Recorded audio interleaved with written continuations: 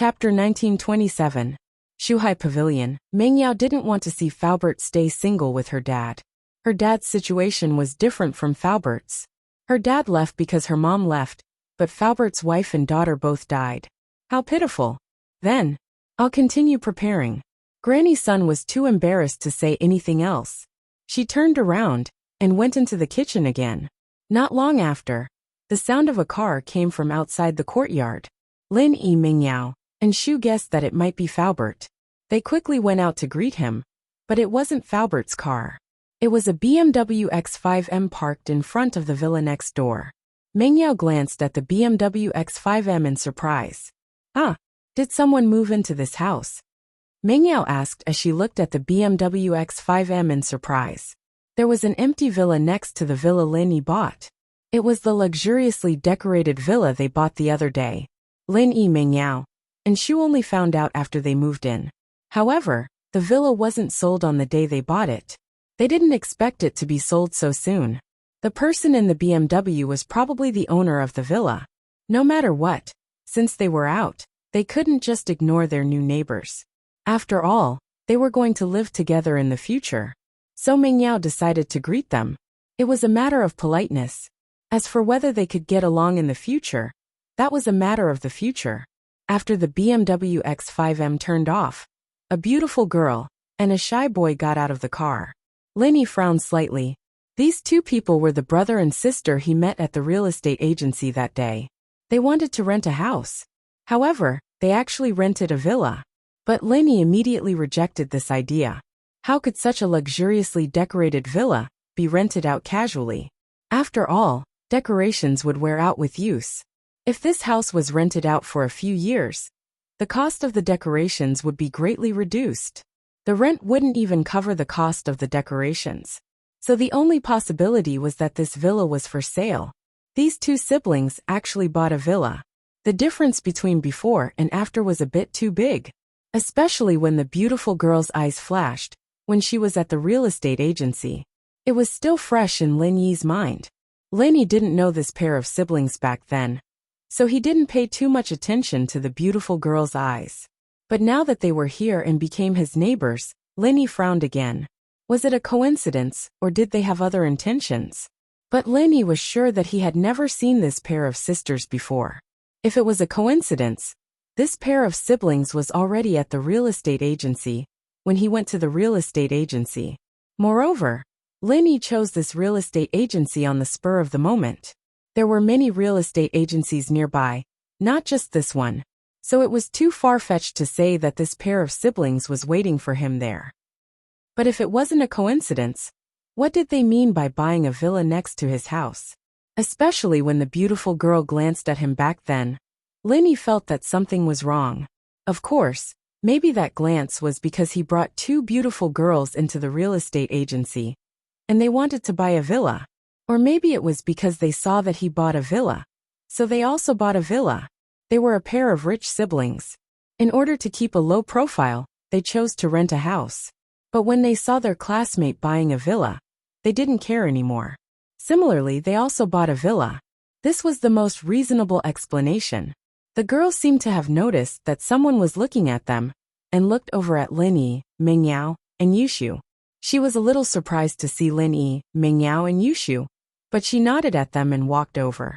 When the beautiful girl bought the villa, she only wanted to buy a villa that was closer to her house.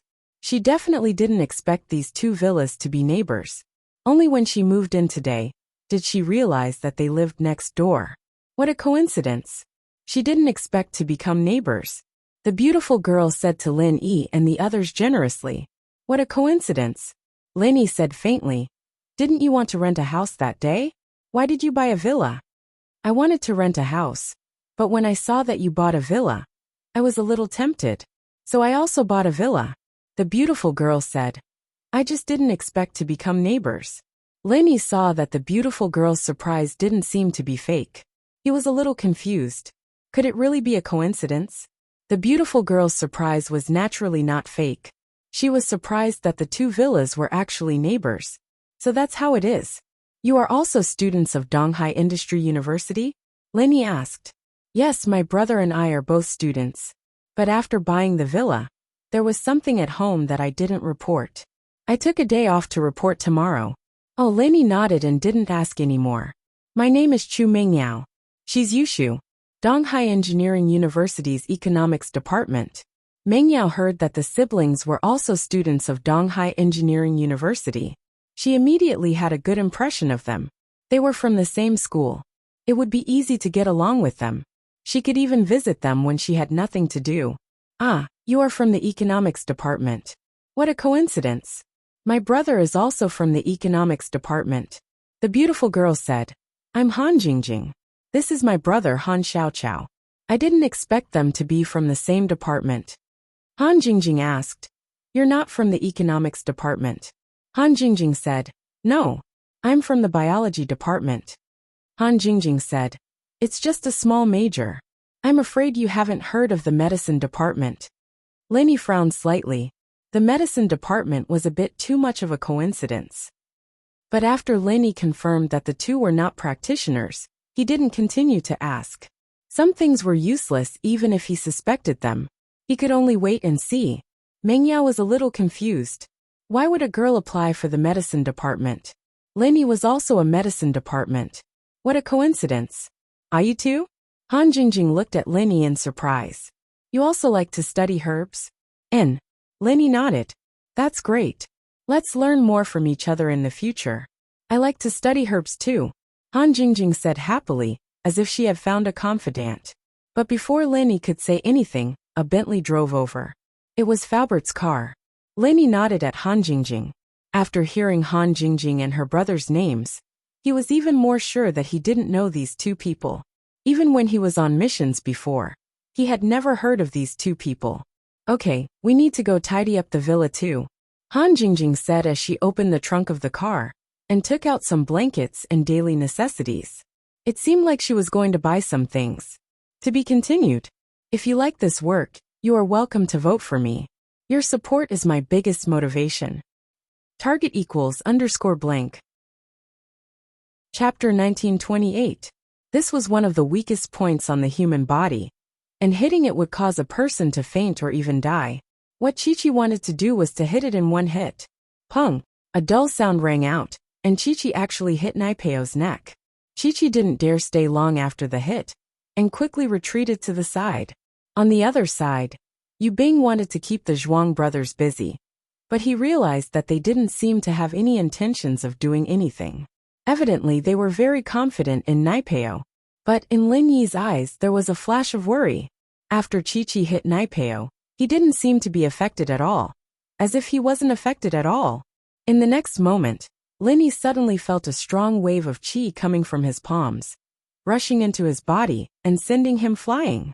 Lin Yi's body landed heavily on the ground, his organs churning, and he couldn't help but spit out a mouthful of blood. But as bad as it looked, his injuries weren't that serious. He'd used Naipeo's qi to fly out the moment he sensed that something was amiss. Otherwise, he'd be even more injured if he'd taken the attack head-on. You're not afraid of physical practitioners? Lin Yi wiped the blood from his mouth as he stood up from the snow sighing. It seemed like his first plan had failed. Naipeo wasn't afraid of physical practitioners at all. You think I only know how to absorb qi from spiritual practitioners? Idiot. Naipeo looked at Lin Yi as if he was looking at an idiot. No wonder you came looking for trouble with me so confidently. You thought you had a trump card to deal with me? You must have eaten too many stupid pills. Who told you that physical practitioners could deal with me? If I were to be defeated by a mere physical practitioner, then I wouldn't even need to show my face anymore. I've underestimated you, Lin Yi said with a self-mocking smile. Ha ha ha ha. Lin Yi, to tell you the truth, my mental cultivation method is omnipotent. Not only can it absorb other people's true qi, but it can also transform other people's attacks into true qi when they enter my body, including the attacks of external experts. Do you know how I cultivate? I often injure myself all over, so that I can improve my strength. Plus, even poisons don't work on me. I can convert them all into qi. Naipeo said proudly. You haven't learned how to convert energy, have you? All kinds of energy could be converted into each other. Ha ha ha ha. Let me tell you in front of me, you are simply too weak. If I were in a novel, I would be the main character, with a halo and a golden finger, while you are just a supporting character for me to trample on. Wahahaha. Lenny was shocked. Not because Naipeo wasn't afraid of physical practitioners, but because Naipeo's practitioner's arts were very similar to his own art of dragon mastery. Both of them were omnipotent energy conversion arts. The only difference was that Lin Yi's arts could convert the energy in the jade space into other types of energy, but Naipeo's was the opposite. He could convert all the energy in the outside world into his own true chi. Between the two, there was actually a similar effect. Lin didn't think that Naipeo would have this kind of luck, training in such a strong practitioner's arts. Your practitioner's arts are very strong, both physical and spiritual? So you're saying that even if I don't touch you and attack you with weapons, you can still convert my true chi for your own use? Lin asked. Of course, Naipeo laughed. Today, I'll let you know the truth before you die. I'll tell you the truth. I'm invincible under Earth class, the number 1 under Earth class. Unless it's an early Earth class physical or spiritual master, they're nothing in front of me. It seems like Pinliang didn't choose the wrong follower after all. You're very strong. Lin smiled bitterly. Finding a physical practitioner to deal with you was my first plan. But it seems like it's useless now. Instead of directly touching your body, I will use my weapon to attack you. This is my second plan. But it seems that it has failed again. My third plan was to use poison. But you're not even afraid of poison. You really are invincible. It seems like all 3 of my plans have failed. Ha ha ha ha, I told you. I'm the main character of this story. What are you? You're just an ant, trying to deal with me with a few useless plans? Are you dreaming? Naipeo heard Lin admit defeat and was very pleased. But today I won't kill you. I'll make sure you lose all your strength again. I'm keeping you alive so that Liang Bro can kill you with his own hands. Hearing that all 3 of Lin Yi's plans had failed, Yu Bing and Chi-Chi's faces turned nervous and disappointed. This Zhang Naipeo was too strong, wasn't he? It was beyond their imaginations. Lin Yi's 3 plans were all useless against him. Is that so? But I've always felt like I'm the main character, right? Lin Yi suddenly spoke as he reached out with his right palm, slapping towards Naipeo, his chi bursting out of his body as he channeled his practitioner's arts. Ha! You're still trying to act cool in front of me? Naipeo didn't expect Lin Yi to initiate an attack at this point. He even channeled his practitioner's arts. Wasn't he looking to die? Naipeo smiled coldly as he raised his right hand, ready to receive Lin Yi's palm and suck all the chi out of his body. Since you want to be the main character so much, I'll let you be the main character today. But only for 1 chapter. I'll let you have more screen time, and die a horrible death. Haha. Bang! As he spoke, Lin Yi and Naipeo's palms collided. But the next moment, Naipeo realized that Lin Yi had stopped channeling his practitioner's arts. There was no chi on his palm again. What are you doing? Naipeo paused as he prepared to use his chi to send Lin Yi flying again. But then, Lin Yi's chi surged towards him like a tsunami. Naipeo paused but started laughing. Ha ha ha, I get it. You want to attack me when I'm not channeling my wasp absorption arts, right? So what if I am? Lin Yi asked. Chapter 1929. Date: October 20th, Chapter 1941. Faubert's wife Lin Yi glanced at the BMW's license plate and model. It was the latest American model this year. It hadn't been released in the country yet, so it had to have been imported not too long ago. The license plate, too, was the latest from Eastbox. It was obvious that it was a new car. He couldn't tell who the siblings were from the car. However, to be able to afford a villa and an X5M, this pair of siblings must be very rich. Yao Yao Shu. Faubert got out of the car and smiled when he saw Lin Yi and the others.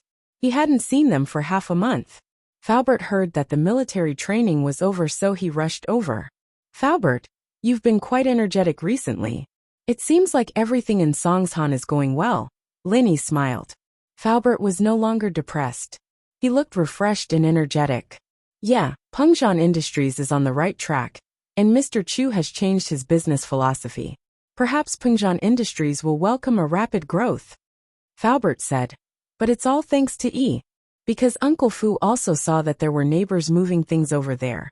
He didn't say much and didn't say much. Faubert, the food is ready and the people are ready. We're just waiting for you. Meng Yao looked at Faubert mischievously. The people are ready as well? Faubert paused and remembered what Lin Yi said before. He shook his head helplessly. I'm already so old. I don't have those kinds of thoughts anymore. Thank you for your kindness. I've thought about it carefully. I still can't forget my wife, so. Although Faubert didn't finish his sentence, Lin Yi and the others understood what Faubert meant.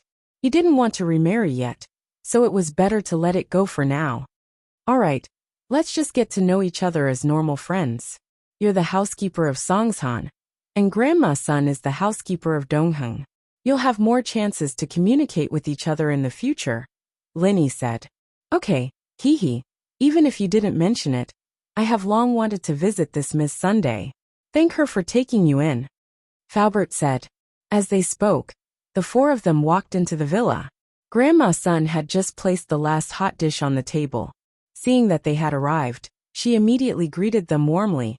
Mr. Lin, Miss Chu, the guests are here? Dinner is ready. When Faubert heard Grandma's son's words, the smile on his face froze. He raised his head in disbelief and looked at Grandma Sunday. At that moment, it was as if he had been struck by lightning. He looked at Grandma's son and was so moved that he couldn't speak. Time had changed her nirvana. The wind and frost had aged her appearance. But Faubert recognized the person in front of him at a glance. It was the woman he had been dreaming about, his wife Sun Luoyue. It's her. She didn't die. She had been in Songshan all this time? Then why didn't she look for him? He was considered a famous person in Songshan. Although he didn't have as much exposure as a celebrity, he would always be accompanying Chu Pingzhan in some of Songshan's business newspapers. Faubert, this is Grandma's son, Lin Yi introduced. He was about to introduce Faubert to Grandma's son when he turned around and saw Faubert's stunned expression. Lin Yi was slightly stunned. Faubert? Faubert, what's wrong? Grandma's son was also a bit confused. What was wrong with this person? Why did he stare at him the moment he entered? Why was he stunned? Although Grandma's son knew that she had dressed up for the past few days and had some charm, she was definitely not a great beauty. How could an old woman move a man's heart? Besides, she also knew Faubert's identity. It could be said that in Pengzhan Industries, Faubert was only below one person, but above tens of thousands of people. With this kind of identity, what kind of beauty couldn't he find? Why would he like her? So although Grandma's son heard Lin Yi's matchmaking, she didn't care at all. Since this person didn't like her, then what did this look mean? However, Grandma's son also knew that this person should be closer than her, Lin Yi, and Chu Mengyao, so she didn't show any dissatisfaction. However, although Grandma's son was confused, she could feel the deep love in Faubert's eyes. This made Grandma's son feel very strange. Could it be that he fell in love with her at first sight? Luoyu, is that you? Faubert raised his hand nervously. His voice was trembling, and his breathing became very rapid. Grandma's son looked at Faubert in confusion. Luoyu? Who was Luoyu? Huh. This name seemed a bit familiar. Had she heard of it before? Grandma's son shook her head again. She couldn't remember. Seeing Grandma's son's puzzled gaze, Faubert's heart sank. Although, after so many years, the person in front of him was no longer that young and beautiful girl. But Faubert was sure that she was his wife, Sun Luoyu. This was a feeling of closeness that came from the heart. I'm she. For the first time in many years, Li Fu said his real name, but he didn't care. The people standing around were all his closest people.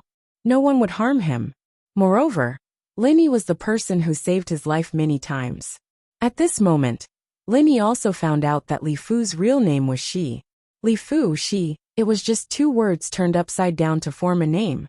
Hearing the two words Shi, Grandma's son's face finally showed a slight change.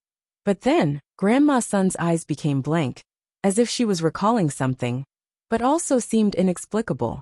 After a while she shook her head and said, I seem to have known you before, but I don't remember anything.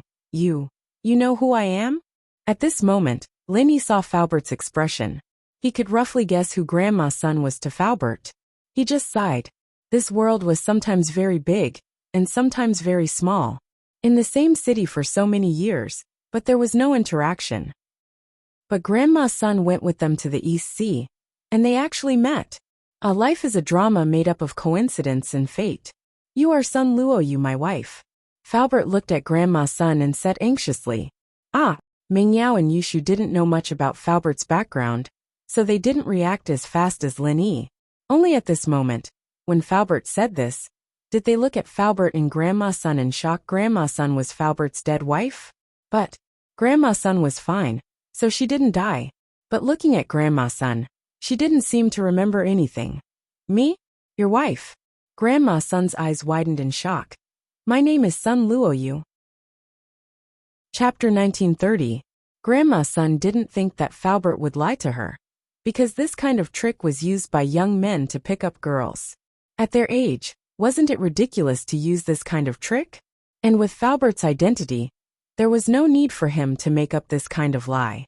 // that's right.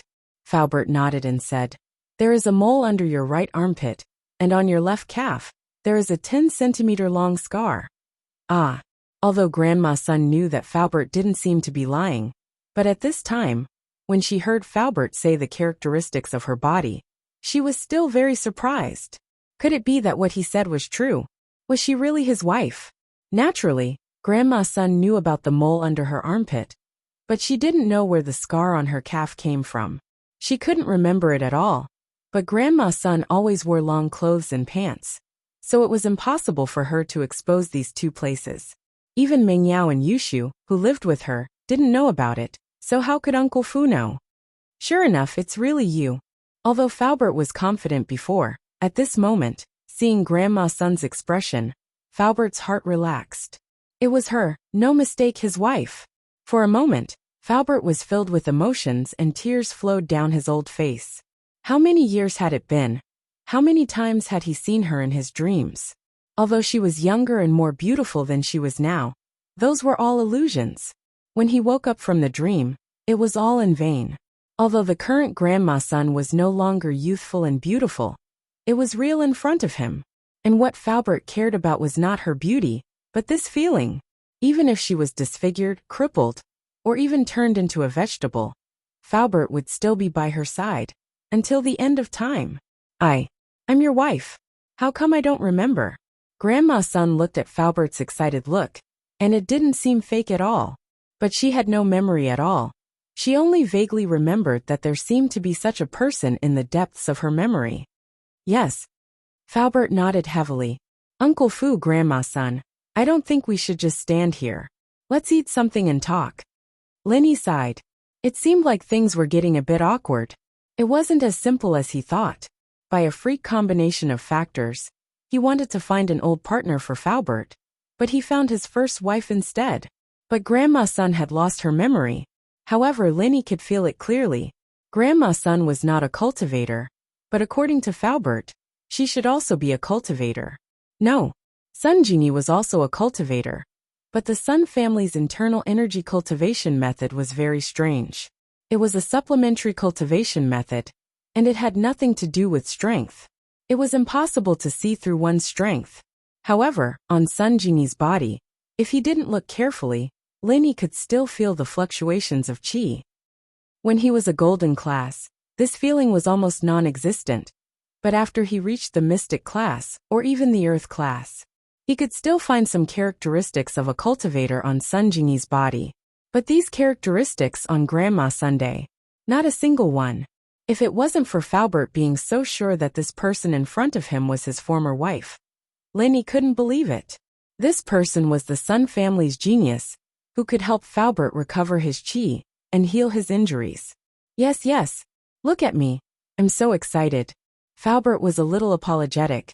Everyone hasn't eaten yet, right? Let's eat together and talk. Falbert naturally sat together with Grandma Sunday. Mingyao's heart was full of emotions. But Yushu was curiously looking at Falbert and Grandma Sunday. Lin Yi had doubts in his heart, but he didn't ask. After sitting down, Falbert couldn't wait to put a mouthful of food into his mouth, but after eating he said, "Not bad, this is the taste. How many years has it been? I've always missed this taste, Luo Yin. I finally see you again."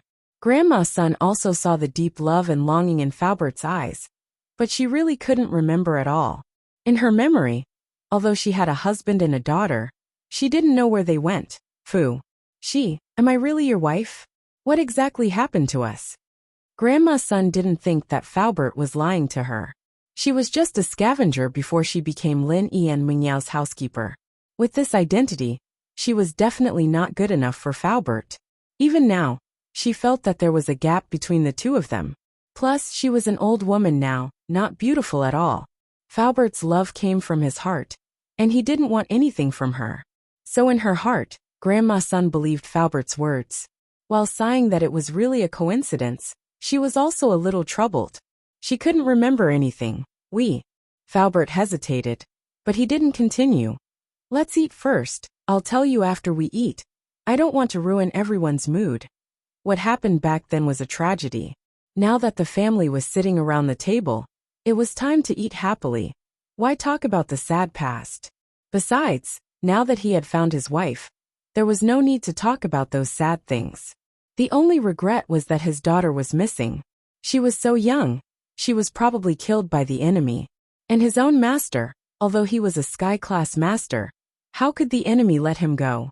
In order to protect himself, he might have died under the enemy's encirclement. Yeah, let's eat first. Lenny knew about Falbert's background. He knew that if he said it now, he was afraid that everyone wouldn't be able to eat. So he quickly said, Falbert, you met Grandma's son again. It's the will of the heavens. It's a happy occasion. Let's drink together and celebrate. Okay. Although Falbert thought about his daughter and master, to be able to find his wife was already a blessing in disguise. It was indeed a happy occasion. So he immediately nodded and agreed. This meal, the atmosphere was very strange. Falbert kept putting food into Grandma's son's bowl. But this meal was cooked by Grandma's son, Lin Yi Chu Mengyao. And Yushu wanted to say something, but they didn't know what to say. This was a matter between Falbert and Grandma's son. They couldn't say anything. On the other hand, although Falbert looked very happy and excited, he didn't know how to say some words to Grandma's son. He didn't know where to start.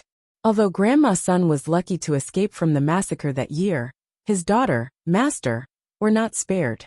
If he told Grandma's son about it, would she be very sad? To be continued. Vote recommendation monthly vote. Chapter 1931. Date: October 20th, Chapter 1943. Remembered? But these things had to be said. If he didn't say it, Falbert wouldn't be able to make Grandma's son believe that he was her husband. Even if Grandma's son did believe him, he wouldn't be able to hide it from her. Please remember. So Falbert tried to think of a way to express himself in a roundabout way to lessen Grandma's son's sadness. Falbert, Grandma's son, you guys must have a lot to talk about. How about this, you guys go to the room and talk alone? Yao Shu, and I will watch TV for a while. Linny said. The food was almost finished, and everyone looked like they didn't have much appetite. So Linny suggested. Okay. Falbert had wanted to talk to Grandma's son alone for a long time. If it wasn't in front of everyone, Falbert wouldn't know how to say it. It wasn't that he wanted to hide it from Mengyao and the others, but there were some things that he didn't know how to say. Mr. Fu, come with me to my room. Grandma's son sighed. Grandma's son sighed. What happened today was too strange, and she couldn't accept it. However, she could see that Uncle Fu didn't seem to be lying, but she couldn't convince herself to believe him. Son. Miss Sun. You don't need to call me Mr. Fu. My name is Li Fu now. You can call me Li Fu. Falbert didn't want to reveal his identity. He didn't want his enemies to find out. Okay, Mr. Li Fu. Grandma's son paused. No wonder she felt this name was familiar when Mengyao sent the money. Li Fu Su. Wasn't this reversed? Could it be that the name she really occupied a large proportion in his heart? Walking into the room with Falbert, Linny sat on the sofa. Mengyao and Yushu sat down as well. Although the TV was turned on, all three of them were focused on Falbert. They didn't have the mood to watch TV at all. Yao sis, do you think Grandma's son is Falbert's wife? Yushu asked. It should be. Mengyao said. I've never seen Falbert lose his composure like that before. And his eyes don't look fake either. There's no reason for him to lie. Oh, that's strange. Why doesn't Grandma's son remember Faubert? Could it be that she also took the forget? Jie. Yushu suddenly realized that Ming Yao was glaring at her with a murderous glare. She quickly shut her mouth. She originally wanted to ask if Grandma's son had also taken the senseless grass, but she suddenly remembered that Lin Yi was beside her. If she said it, then Lin Yi would definitely ask about it, and it would be hard to explain. Moreover, thinking about it carefully, Grandma's son's situation was different from Lin Yi's. She didn't remember anything, not just Faubert. Yeah, Grandma's son might have lost her memories for some reason. Ming Yao quickly followed up on Yushu's words. Forgot some things. Lin Yi frowned. He felt that he had forgotten some things after going crazy, but he didn't know what it was exactly. It was probably something related to Xiao Xiao, something about the first wife. With that thought, Lin Yi asked, Yao Yao, I seem to have forgotten some things as well. It's about my first wife. Who is she? Meng Yao was about to explode. She wanted nothing more than to kick Yushu into outer space. What the hell was this girl talking about? Wasn't she just waiting for Lin Yi to ask her about it? Wasn't she just waiting for Lin Yi to ask questions? But she couldn't blame Shu in front of Lin Yi. Lin Yi would be even more suspicious if she did. So Meng Yao only glared at Shu before turning to Lin Yi and acting surprised. You don't remember the first wife? I don't. What's going on? Lin Yi asked. It's like this. Yushu quickly told Lin Yi about Xiao Xiao's idea. One had to admit that Shu was quite eloquent. Lin Yi believed her after her vivid description. So you're saying that I didn't like Xiao Xiao, that's why I took her in as a small wife. And she agreed to let me find a first wife. Lin Yi thought about it. He and Xiao Xiao didn't really have a good relationship. The girl was always messing with him, and he'd mess with her a couple of times. He only got together with her because he heard that she was sick. Then what Yushu said was possible.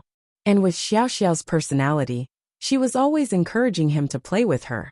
So what she said was true. So he didn't have a first wife, and he was just looking for one? If that was the case, then it made sense. But why did he feel like it wasn't complete yet? That's right, that's it, Yushu said. The truth is, Yao Yao and I didn't know that Xiao Xiao had a terminal illness, so we kept pushing her aside. I said that Yao Yao and I could play 3P with you. And Xiao Xiao didn't like it. So she wanted you to find a first wife to play 3P with us as well. Ming Yao didn't know what to say, but she let Yushu continue. After all, Yushu's story made sense, and Ming Yao didn't know what to say. And then, Lin Yi nodded. What Yushu said seemed to be in his memories, and something like that did happen before. So Lin Yi didn't suspect anything. But what Lin Yi didn't know was that Yushu was just putting the blame on Xiao Xiao for what happened to Tang Yun, and that it was Tang Yun who got Xiao Xiao to go against her, and Yao Yao, not Xiao Xiao, who wanted a first wife. But with Yushu twisting it like this, Lin Yi felt that it really was the case. And then I looked for one.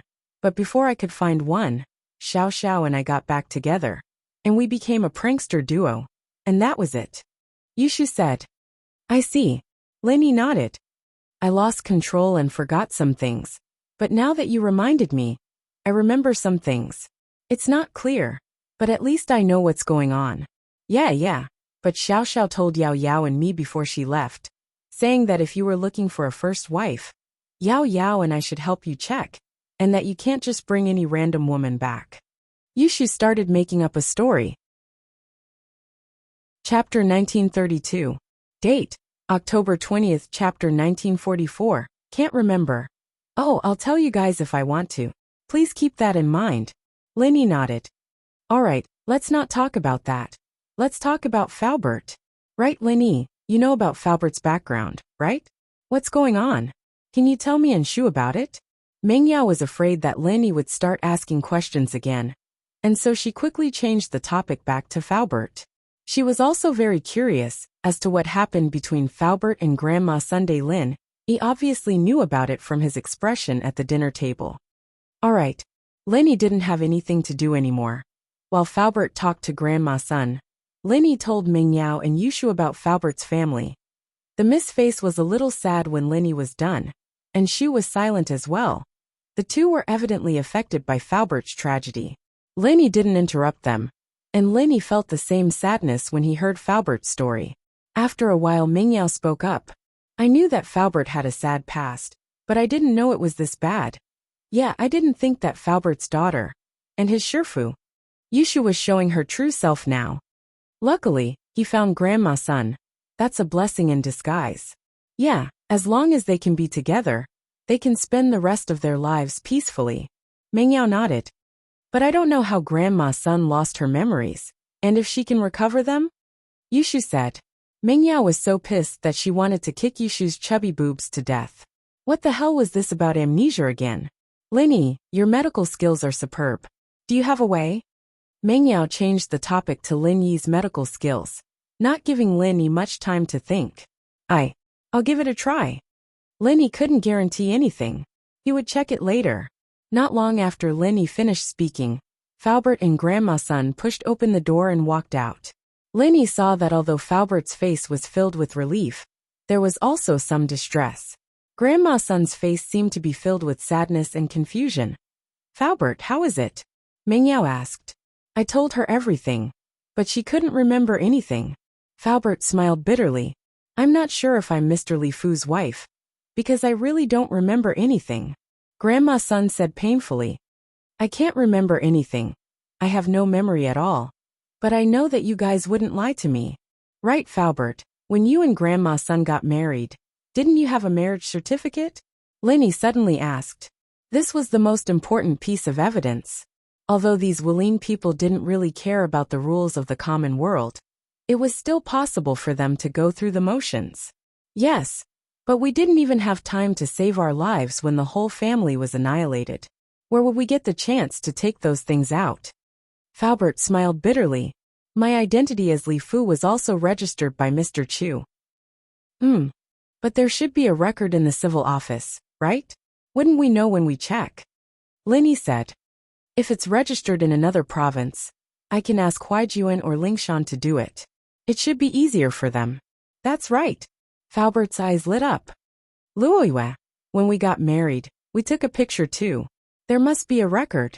We'll know when we check. Yeah, Grandma's son believed Faubert's words, but she didn't mind confirming it if there was evidence.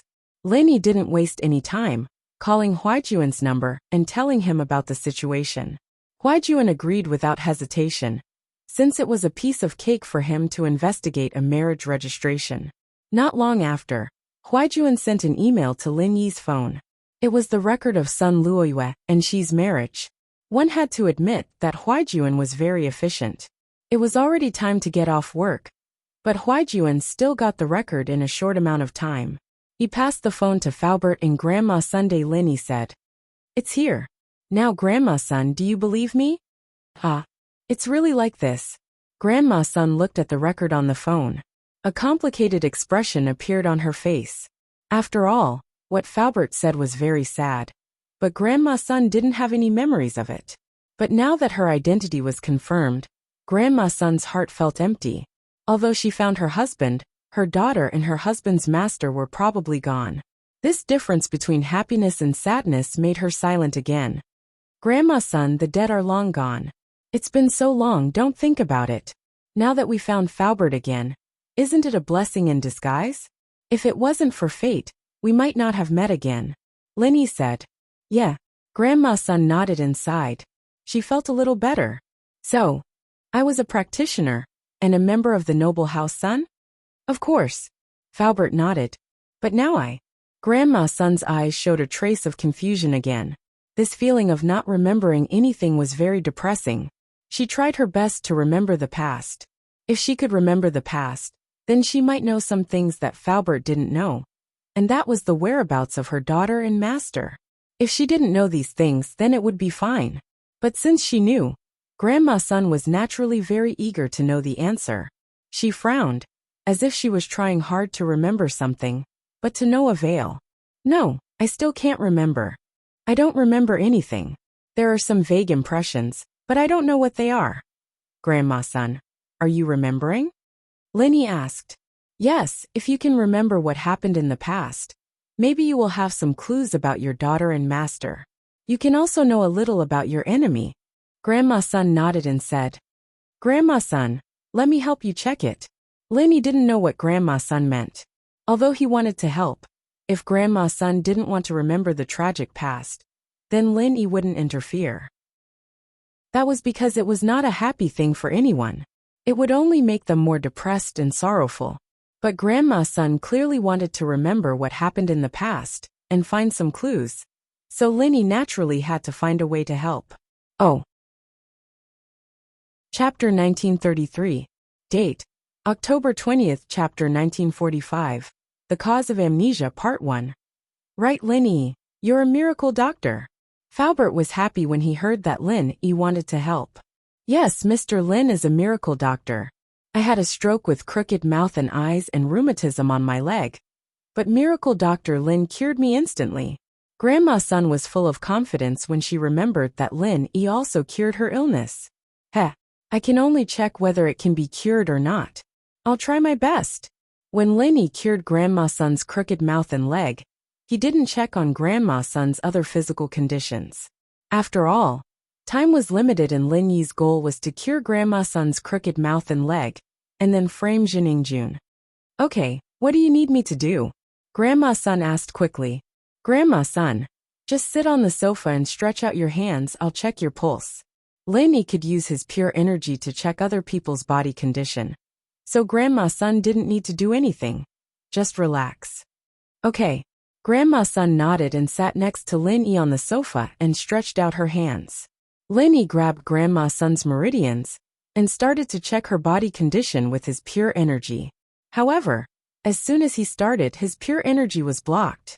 Lin Yi found that most of Grandma's son's meridians were destroyed, and the rest were blocked by blood clots. Although it wasn't as serious as Yang Huijuan, it was impossible for her to become a practitioner and practice pure energy. This situation was very similar to Faubert's. Faubert's meridians were also destroyed, and he couldn't practice spiritual arts. It was the same for Grandma Sunday. In that case, Grandma Sun's crooked mouth and lame leg should not have been caused by a stroke or rheumatism, but by the blockage of her meridians. Although the two were blocked meridians, and the treatment was relatively similar, the cause of the formation was completely different. Lin Yi didn't look at it carefully at the time, so he only cured Grandma's son's crooked mouth and leg. He thought it was caused by a stroke, but now it seemed that it wasn't. However, this was not a problem for Lin Yi. Lin Yi said to Faubert, Faubert, my silver needles are in my backpack at school. Go out and find a pharmacy to help me buy another box. Lin Yi could use his true qi to repair the broken meridians. But for the blood clots that had accumulated for many years, he would have to use silver needles to remove them. Because the blood clots were already necrotic, it was impossible to use true qi to remove them. Okay, I'll go now. Faubert quickly stood up and quickly ran out of the villa to buy silver needles. As for Lin Yi, he began to use his true qi to repair Grandma's son's damaged meridians. Lin Yi was very familiar with repairing meridians. Grandma's son didn't know how Lin Yi treated her, but she felt a warm and comfortable feeling throughout her body, as if her whole body was restored to life. Even Mengyao and Yushu noticed the changes in Grandma's son, because Grandma's son's face was changing at a speed visible to the naked eye. The wrinkles from before were gone, and what replaced it was a smooth face. Grandma's son seemed to be a few years younger, in just a short period of time. Regarding this change, Lin Yi didn't find it strange. Grandma's son's meridians were blocked, and naturally it had a serious impact on the metabolism of the human body. After repairing, it was normal for her to look radiant, just like when Faubert's meridians were repaired by Lin Yi. He also seemed to be a few years younger. It was just helping Grandma's son to repair her meridians, not increasing her strength, so Lin Yi was very familiar with it. Now that Lin Yi had practiced the second stage of the art of dragon mastery, it was a piece of cake for him to practice the first stage of the art of dragon mastery. His speed was also a lot faster than before. So very quickly, Grandma's son's damaged meridians were repaired by Lin Yi. Of course, Lin Yi didn't touch Grandma's son's head yet. From Lin Yi's point of view, since Grandma's son had lost her memory, then her head must have suffered some degree of injury, and the structure of the head was one of the most complicated parts of the human body. So Lin Yi had to wait for Faubert to buy the silver needles before he went to check and treat her. Very quickly Faubert ran back. He didn't drive, he ran completely on foot. Although the pharmacy wasn't too far from the district, it was still 2 kilometers from the villa area. Plus, Faubert wasn't familiar with the road. To be able to come back in such a short time, it was obvious that he ran like crazy. He was very concerned about Grandma Sun's condition. Seeing Faubert sweating, Grandma Sun felt a burst of warmth in her heart. This man, it seemed like he loved her very much. Otherwise, as a practitioner, no matter how fast he ran, he wouldn't sweat so much. This sweat was obviously from anxiety. Little E, I don't have any silver needles. These are ordinary silver-coated needles. Do you think they'll work? Faubert took out a set of silver needles and placed it on the coffee table in front of Lin Yi, and said, "If it doesn't work, I'll drive to a big pharmacy to buy more." Nowadays, there were fewer and fewer people who bought this kind of acupuncture equipment. The price of silver needles was very expensive. Normal pharmacies wouldn't buy them. Silver-coated needles were already very good. But in Lin Yi's eyes, this thing was just a tool. The key was the use of qi, so the material didn't matter. "Okay, I'll take this." Lin Yi nodded, opened the needle box, took out a few silver needles, and casually inserted them into Grandma Sun's body. But everyone present knew that it wasn't casual. But Lin Yi's technique was too brilliant. It had reached the level of flowing water. With the improvement of his strength, the use of silver needles with qi, Lin Yi didn't have the initial feeling of difficulty. When he was treating Lu Jinhu, Lin Yi would be very tired after a set of acupuncture. But now, that feeling didn't exist anymore. "Grandma Sun, don't think about anything now. I'll help you check the injury on your head," Lin Yi said. "Okay." Grandma Sun quickly closed her eyes, not daring to think about anything else. And Lin Yi began to use qi to carefully check the condition of Grandma Sun's head. But as he probed deeper, Lin Yi let out a surprised cry. "Ha!" Hearing Lin Yi's exclamation, Faubert's face was slightly surprised, but he didn't dare to ask anything. He didn't know what happened to Lin Yi, so he could only carefully guard the side, waiting for Lin Yi's orders. The condition of Grandma Sun's head made Lin Yi feel very strange. It can be said that Grandma Sun's head was not injured. It was not like what Lin Yi thought. There was a blood clot pressing on the nerves or blocking the meridians, causing amnesia. Chapter 1934. Date: October 20th, Chapter 1946. The cause of amnesia, Part 2. Instead, in Grandma Sun's head, there was a strange ball of qi that was wrapping around a part of Grandma Sun's brain. This was the first time Lin Yi had seen something like this. Could it be that the qi had affected Grandma Sun's memory? However, under Lin Yi's investigation, although the qi was strange, it didn't seem to have any evil intentions. It didn't seem like it was purposely set up by a master, but it seemed to have naturally appeared. It was very comfortable in Grandma Sun's head, and there wasn't a single trace of repulsion. However, without being completely sure, Lin Yi didn't dare to touch the qi. After all, it was quite difficult for Lin Yi to force the fire qi out of Grandma Sun's head. Using the same method to force the qi out of Grandma Sun's head would be quite difficult. Moreover, the qi wasn't in Lin Yi's body, it was in Grandma Sun's body. This could lead to unpredictable dangers. "Grandma Sun, there is a ball of qi in your head. It seems that it is wrapping around a part of your memory, but this situation is very strange. This is the first time I've seen something like this, so I need to think about it and do some research," Lin Yi said. "I'll clear the blood in your body today." "Okay." Grandma Sun agreed without hesitation. On the other hand, Faubert's face turned pale. He knew Lin Yi's methods. If even Lin Yi said it was difficult, then it must be very difficult. However, Faubert didn't say much. He could only hope that Lin Yi could find a good way. Clearing the blood in Grandma Sun's body was much easier. After Lin Yi finished the acupuncture, he began to infuse qi into the needles to break the blood in Grandma Sun's meridians.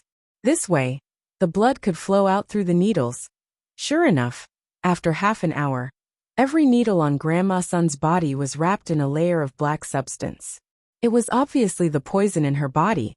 Even though Faubert and Grandma Sun knew that Lin Yi was a miracle doctor, they were amazed by the situation.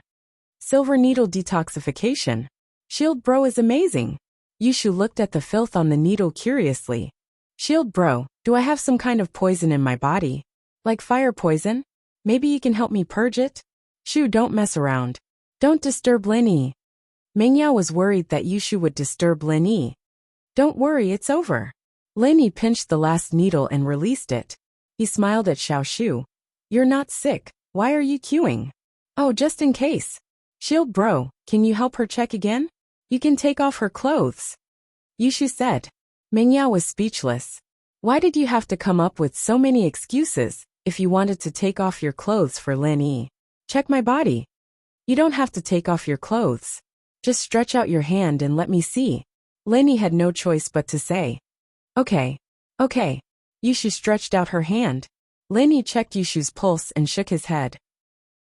Shu, you are very healthy. You're not sick at all. I see. I don't need to purge the poison. Yushu said disappointedly. Huh. No need. Lin Yi checked Yushu and turned to look at the silver needles on Grandma Sunday. He felt that it was about time. Lin Yi quickly put away the needles and said, Grandma Sun, you can take a shower. You should be covered in filth. Okay. Grandma Sun also felt that her body was sticky and uncomfortable, so she quickly nodded. I'll help you rub, Falbert said subconsciously. This. Grandma Sun's face immediately turned red. Although she already knew that Uncle Fu was her husband, she still couldn't accept it for a while. Sorry, I didn't mean anything else.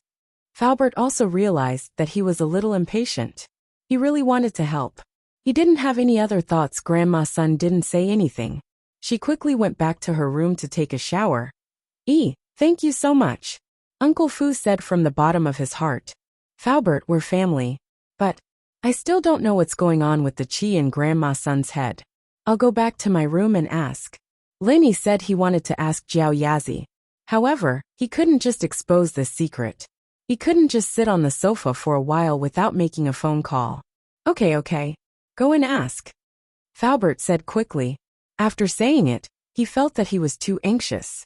He suddenly felt a little embarrassed. I'm a little too anxious. It's nothing. I'll go and call now. Lin Yi smiled. He understood Falbert's feelings. Back in the room, Lin Yi didn't delay. He went directly into the jade space and said to Jiao Yazi, Jiao Lao, I encountered a strange phenomenon today. Lin Yi told Jiao Yazi about Grandma Sun's situation. Oh, there's qi in her mind. But this qi doesn't have any evil intentions? And she lost her memory? After listening to Lin Yi's words, Jiao Yazi repeated Lin Yi's words. Then he said, Your situation. Although I haven't encountered it before, I can make some guesses. What guess? Lin Yi asked quickly. As you said, she was a cultivator before she was injured and lost her memory. Then, that qi is very likely to be produced by her. Jiao Yazi said. Produced by herself? What does that mean? That is to say Grandma Sun lost her memory? Lin Yi asked curiously. You can say that. Jiao Yazi said. This is a cultivator's instinct. Under certain circumstances, the body's potential is stimulated, and the memory in the mind is wrapped with qi. Wrapping memory with qi. Why would she do that? Lin Yi was even more puzzled. There are two possibilities. The first is that when she encounters some kind of danger and her life is in danger, there is a piece of memory that she is reluctant to part with before she dies. This piece of memory will be wrapped by the true qi that stimulates her body's potential. This is the so-called magical reincarnation with memories. In my memory, a friend of mine who is a science geek once did research on reincarnation. This situation does not necessarily apply to cultivators. Even ordinary people may stimulate their potential at the last moment of their lives and wrap their precious memories in the stimulated true qi. Then after they die, this set of memories wrapped in true qi will exist in the form of free electric waves. Chapter 1935. Date: October 20th. Chap. 1947 is thoughtful. If someone's brainwave vibration frequency is similar to the vibration frequency of this memory, then it is possible that this brainwave will be attached to this person. This is also when some people suddenly discover that they have a lot of knowledge that they didn't know before, or the brainwave of this memory is strong enough to replace the original owner's thoughts. This is the legendary possession. Of course, this brainwave can also travel back to the past or to another world. This is the so-called rebirth and transmigration. Zhao Yazi said. 7 by 24 hours of continuous updates of pure TXT handwritten novels. Ugh. Elder Jiao, I don't want to transmigrate yet, and I don't want to be reborn. Can you talk about the second possibility first? Lenny smiled bitterly. There really were scientists who wanted to research reincarnation? Then this scientist must be a great person. Haha, I'm just saying. It's impossible for you to transmigrate and be reborn. Do you think it's that easy? Even my scientist friend hasn't found a specific method to do it. Jiao Lao shook his head and said, the second possibility I'm talking about is that her family was destroyed. This is a sad past. She couldn't believe what happened in front of her, and she didn't want to believe it. So she wrapped this sad memory with her Jinqi, causing her to lose her memory. Obviously, this is the second possibility. Jiao Yazi said. And this possibility is quite common. It's not just her. Other ordinary people will also have similar situations. This is commonly known as memory sealing. It's a person forcing themselves to forget a certain part of their memory. So, in other words, the Zhenqi in Grandma Sun's head was produced by her? Lenny asked. 7 by 24 hours of continuous updates of pure TXT handwritten novels. I'm not sure about this, but since your art of dragon mastery can convert Zhenqi into universal Zhenqi, you just need to let her produce a bit of Zhenqi and compare it with the Zhenqi in her head. Jiao Yazi said. The key is that she lost her memory. She doesn't remember practicing at all. Although her meridians are repaired, she doesn't remember the mantra. It's impossible for me to help her recover her strength. Lenny smiled bitterly. I see. Then there's nothing I can do. Ask Li Fu if he knows, or if anyone else knows. Jiao Yazi shook his head and said helplessly, okay, I'll go ask. Lenny nodded and walked out of the jade space, quickly returning to the living room. How is it? Faubert saw that Lin came out so quickly, and his heart sank. Was there no news? I asked. It might be like this. As he spoke, Lin told Faubert about the second possibility that Jiao Yazi had mentioned. It seemed that this possibility was more likely. Oh, so you mean that Luo Yin sealed her memory? Faubert was surprised. Then, as long as we remove the Zhenqi from her head, we can recover her memory? In theory, yes. But we're not sure if the Zhenqi in Grandma Sun's head was generated by herself. Although it doesn't seem to have any bad intentions, there's always a chance. If something happens when we remove the Zhenqi, the consequences will be unimaginable. Lenny smiled bitterly. If there really was a problem with the Zhenqi, it could even explode. If Grandma Sun's head exploded, even if Lin Yi was the reincarnation of Zhang Liju, he wouldn't be able to do anything. How do we determine it? Uncle Fu was startled and asked in a somewhat puzzled manner. Grandma Sun's practitioner's mantra. Do you have it? If you do, you can try to let her practice it again. If the Zhenqi is the same as the one in her head, then I can confirm it. We can try to guide her to remove it, or when she reaches a certain level, she can refine the Zhenqi on her own. Lenny said. Practitioner's mantra. Faubert smiled bitterly and said helplessly, I did have it before, but I didn't bring it with me when I left. Normal people can't practice House Sun's mantra, so I didn't purposely memorize it. House Sun? Does that mean that the practitioner's arts are the same as Grandma Sun's? Lin Yi's eyes suddenly lit up and asked. Yes, you mean. Faubert could more or less guess what Lin Yi meant. Sun Jingyi. Lin Yi nodded and said. She also practices House Sun's mantra. I just need to ask her for the mantra. Well, there's no need to go through so much trouble. I'll just check what her Zhenqi is like. That's great. Faubert heard that he found a way and was very happy, but his face suddenly tightened and said, Oh right, little E, don't tell anyone from House Sun that you found Sun Luoyue. Oh. Lin Yi was slightly stunned, but he quickly figured out Faubert's concerns. Faubert, you're afraid that your enemies will get the news and come looking for you? That's right. Faubert nodded and said. Some things have to be guarded against. Although House Sun won't harm Luoyue, if the news is leaked, it won't be worth it. Okay, I won't say it. Linny said.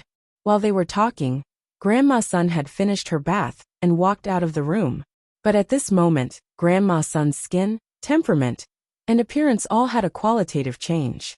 Grandma's son's skin became fairer and more lustrous. The wrinkles on her face disappeared. If she was an old woman before, now she was a beautiful young woman. This change made Faubert surprised and happy, although he wouldn't mind what Grandma's son looked like. Who didn't want their wife to be prettier? Faubert knew that this was all thanks to Linny. Grandma's son was also a practitioner, so after her meridians were opened, she would naturally look younger. This was a very normal thing. That's amazing, Yushu said in surprise. I didn't expect Grandma's son to be such a beauty. I can't call her Grandma's son anymore. I have to call her Aunt's son. Grandma's son obviously noticed the changes in herself. She was surprised and happy. Before, although Faubert showed his love, Grandma's son felt that she was too old compared to him. But after Linny treated her, her body changed drastically. You can call me whatever you want. I'm already used to it. Grandma's son smiled and said. I didn't expect Mr. Lin to be so powerful. Linny, can practitioners not age? Mengyao asked thoughtfully. Xiaxu. Chapter 1936. Date. October 20th, Chapter 1948. Speechless, not bad. Golden class masters can extend their lifespan. Mystic class masters can slow down the aging process. Earth class masters can slow down the aging process. And Sky class masters can maintain their youthful appearance forever. Linny said. The moment you break through to Sky class, your appearance will never change again. What happens after Sky class? Yushu suddenly asked. Please remember, I don't know. Linny shook his head. Mengyao nodded thoughtfully. So Tang Yin and Xiao Xiao wouldn't age at all? Mengyao looked at Linny and suddenly had the urge to become a practitioner. She wanted to become a Sky class master too. But she also knew that some things could only be found by chance. It wasn't something she could get just because she wanted to. Otherwise everyone would be a practitioner. Let's stop here for today's treatment. Tomorrow I'll contact Sun Jingyi and check on her qi. Then check on Grandma Sun's qi. Linny said. Faubert, it's getting late. You and Grandma Sun should rest early too. Mengyao and Yushu went upstairs, and Linny went back to his room, leaving only Faubert and Grandma Sun in the living room. Faubert felt a little awkward. I'll stay in the guest room. No need, since we are husband and wife, let's stay together. You can also tell me about the past. Grandma's son hesitated and said shyly. Okay. Faubert wasn't in a hurry to do anything, but he was very excited about Grandma's son's acceptance. He quickly nodded happily. Seeing Faubert act like a child, Grandma's son shook her head helplessly. But at the same time, she felt warm in her heart. The next morning, Faubert and Grandma's son woke up early with a light smile on their faces. Although Grandma's son hadn't recovered her memories yet, it was obvious that she had accepted Faubert. HNHNT // the two were busy preparing breakfast in the kitchen, and Linny, Mengyao, and Yushu smiled as they watched them. Faubert is so happy. It's the first time I've seen him so happy. Yushu's impression of Li Fu was that he was a serious man, not a single hair out of place. Even when he'd been staying in the villa and preparing breakfast for them in the mornings, he'd never looked this serious. He'd never smiled like this before. Uncle Fu found his wife, but where's my mom? Mengyao's eyes were filled with a sense of loss and loss. Yao Yao, does Uncle Chu not know about your mom? Linny asked. Daddy. He knows, but he won't tell me. He said I'm still young. Some things are better left unknown. Mengyao shook her head. Linny paused. Could there be some sort of secret behind all this? But since Pingzhan didn't want to talk about it, he didn't say much. Every family had their own. Maybe something unexpected happened. After breakfast, Linny, Mengyao, and Yushu left the villa, ready to drive to school. Coincidentally, the siblings from the villa next door came out as well, obviously going to school as well. What a coincidence, you guys are going to school too. Han Jingjing greeted Linny and the others. Yeah, you guys are going too? Linny nodded. Linny was very indifferent to people he wasn't familiar with, especially when Han Jingjing's background made Linny suspicious. So naturally, he didn't have a good tone. I see, why don't we get a ride with you guys? Han Jingjing suddenly said. My brother and I don't know where the buildings for economics and biology are. You guys are from those two departments. Sure, let's go together then. Meng Yao answered before Lin Yi could even reply. As far as she was concerned, they were neighbors and classmates, and they were in the same profession. It was only natural for her to help out if she could. It wasn't a big deal. Lin Yi didn't want to be too close to them, and wanted them to follow behind. But Lin Yi couldn't say anything since the miss had already agreed. Thank you so much. Han Jingjing and her brother got in the car, and sat in the back with Meng Yao, while Yushu sat in the front passenger seat. Lin Yi started the car and drove to school. It wasn't far from here, so they arrived in no time. After getting out of the car, Meng Yao and Yushu brought Han Jingjing's brother to the economics department, leaving Lin Yi and Han Jingjing alone. Lin Yi locked the car, and walked to the biology department without a word. Wait for me. Han Jingjing saw that Lin Yi was walking very fast, and only caught up after 2 steps. Can you introduce me to the medicine department? There's nothing much to introduce. You don't know what you're applying for? Lin Yi said faintly. Han Jingjing pouted, feeling wronged. It's just a hobby of mine. But what rules are there? How many people are in the class? I don't even know that. Oh, there's a student rule in there after you get the textbook. You'll know the rules once you read it. As for how many people are in the class, you'll know. Lin Yi said. Han Jingjing wasn't expecting Lin Yi to brush her off like this. She pouted and followed behind Lin Yi, not too happy. Lin Yi was a little surprised at Han Jingjing's aggrieved face. Could it really be a coincidence? Judging from Han Jingjing's expression, a girl who showed her emotions on her face shouldn't have too many tricks up her sleeves. Was he thinking too much? But they hadn't walked far when Lin Yi heard Han Jingjing mumbling behind him. Ignore me, I'll kick you to death, I'll kick. Lin Yi was sweating. Wasn't this girl's temper a little too bad? She'd kick him to death if he ignored her. And Lin Yi didn't even get to hear more before he heard a scream. He turned to see Han Jingjing kicking a wooden stump, not expecting it to be so sturdy. Han Jingjing lost her balance and fell backwards, hitting her head on the ground with a thud. Lin Yi's eyes widened in shock. This girl, wasn't she a little too fierce? Falling backwards after kicking a wooden stump? Are you all right? Lin Yi walked over helplessly and asked, but he saw Han Jingjing biting her lip. Tears were swirling in her eyes as if they were about to flow out, and her hand was covering the back of her head. She was as pitiful as she could be. I don't need you to care about me even if I'm dead. Woo! Han Jingjing suddenly cried, making Lin Yi speechless for a while. Did she change her face just like that? She wanted to kick me to death just now, and now she doesn't need to care? Target equals _blank. Chapter 1937. However, Lin Yi was someone who could be persuaded but not cowed. Seeing Han Jingjing crying on the ground, he couldn't bear to see her like that. Before, Lin Yi had categorized her as one of the suspects, so Lin Yi didn't want to interact with her too much. But now it seemed that things were different. This Han Jingjing didn't seem to have any ulterior motives. On the contrary, her brain seemed to be missing a cord. Alright, stop crying. Let me see how your head is. Lin Yi bent down, and carefully moved Han Jingjing's hand away. He saw that the back of Han Jingjing's head was already swollen. He thought to himself, thank goodness this girl is young. If she was older, wouldn't she have a cerebral hemorrhage? Whoa! It hurts. Han Jingjing's face was wet with tears. She was as miserable as she could be. At this time, many students looked over. After all, they were very curious. What was a girl crying on the ground for? There were also some students who didn't know, and had a lot of imagination. They started to think and scold Lin Yi. See that? This guy must have cheated on her, and got found out by his girlfriend. Look at how pitiful his girlfriend is. This guy's eyes are really all the way to the soles of his shoes. Such a beautiful girlfriend. I'll definitely treasure her and worship her.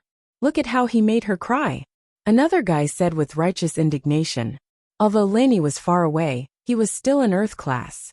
His eyes and ears were naturally better than normal people. He heard the conversation clearly and was speechless. Lin Yi had to admit that Han Jingjing was a beauty. Her round face and big eyes made her look like a porcelain doll. This kind of beauty wasn't like the Miss Classic Beauty, Nor was it like Yushu's pure and playful beauty. It was more like a little Lolita's. Especially now, when she was crying pitifully, it made people feel sympathetic. Therefore, the comments on this side were almost one-sided in favor of Han Jingjing, and Linny became the heartless villain. Although Linny didn't care about all this, it would be troublesome if his nonsense reached the Miss ears. Linny had no choice but to deal with it quickly.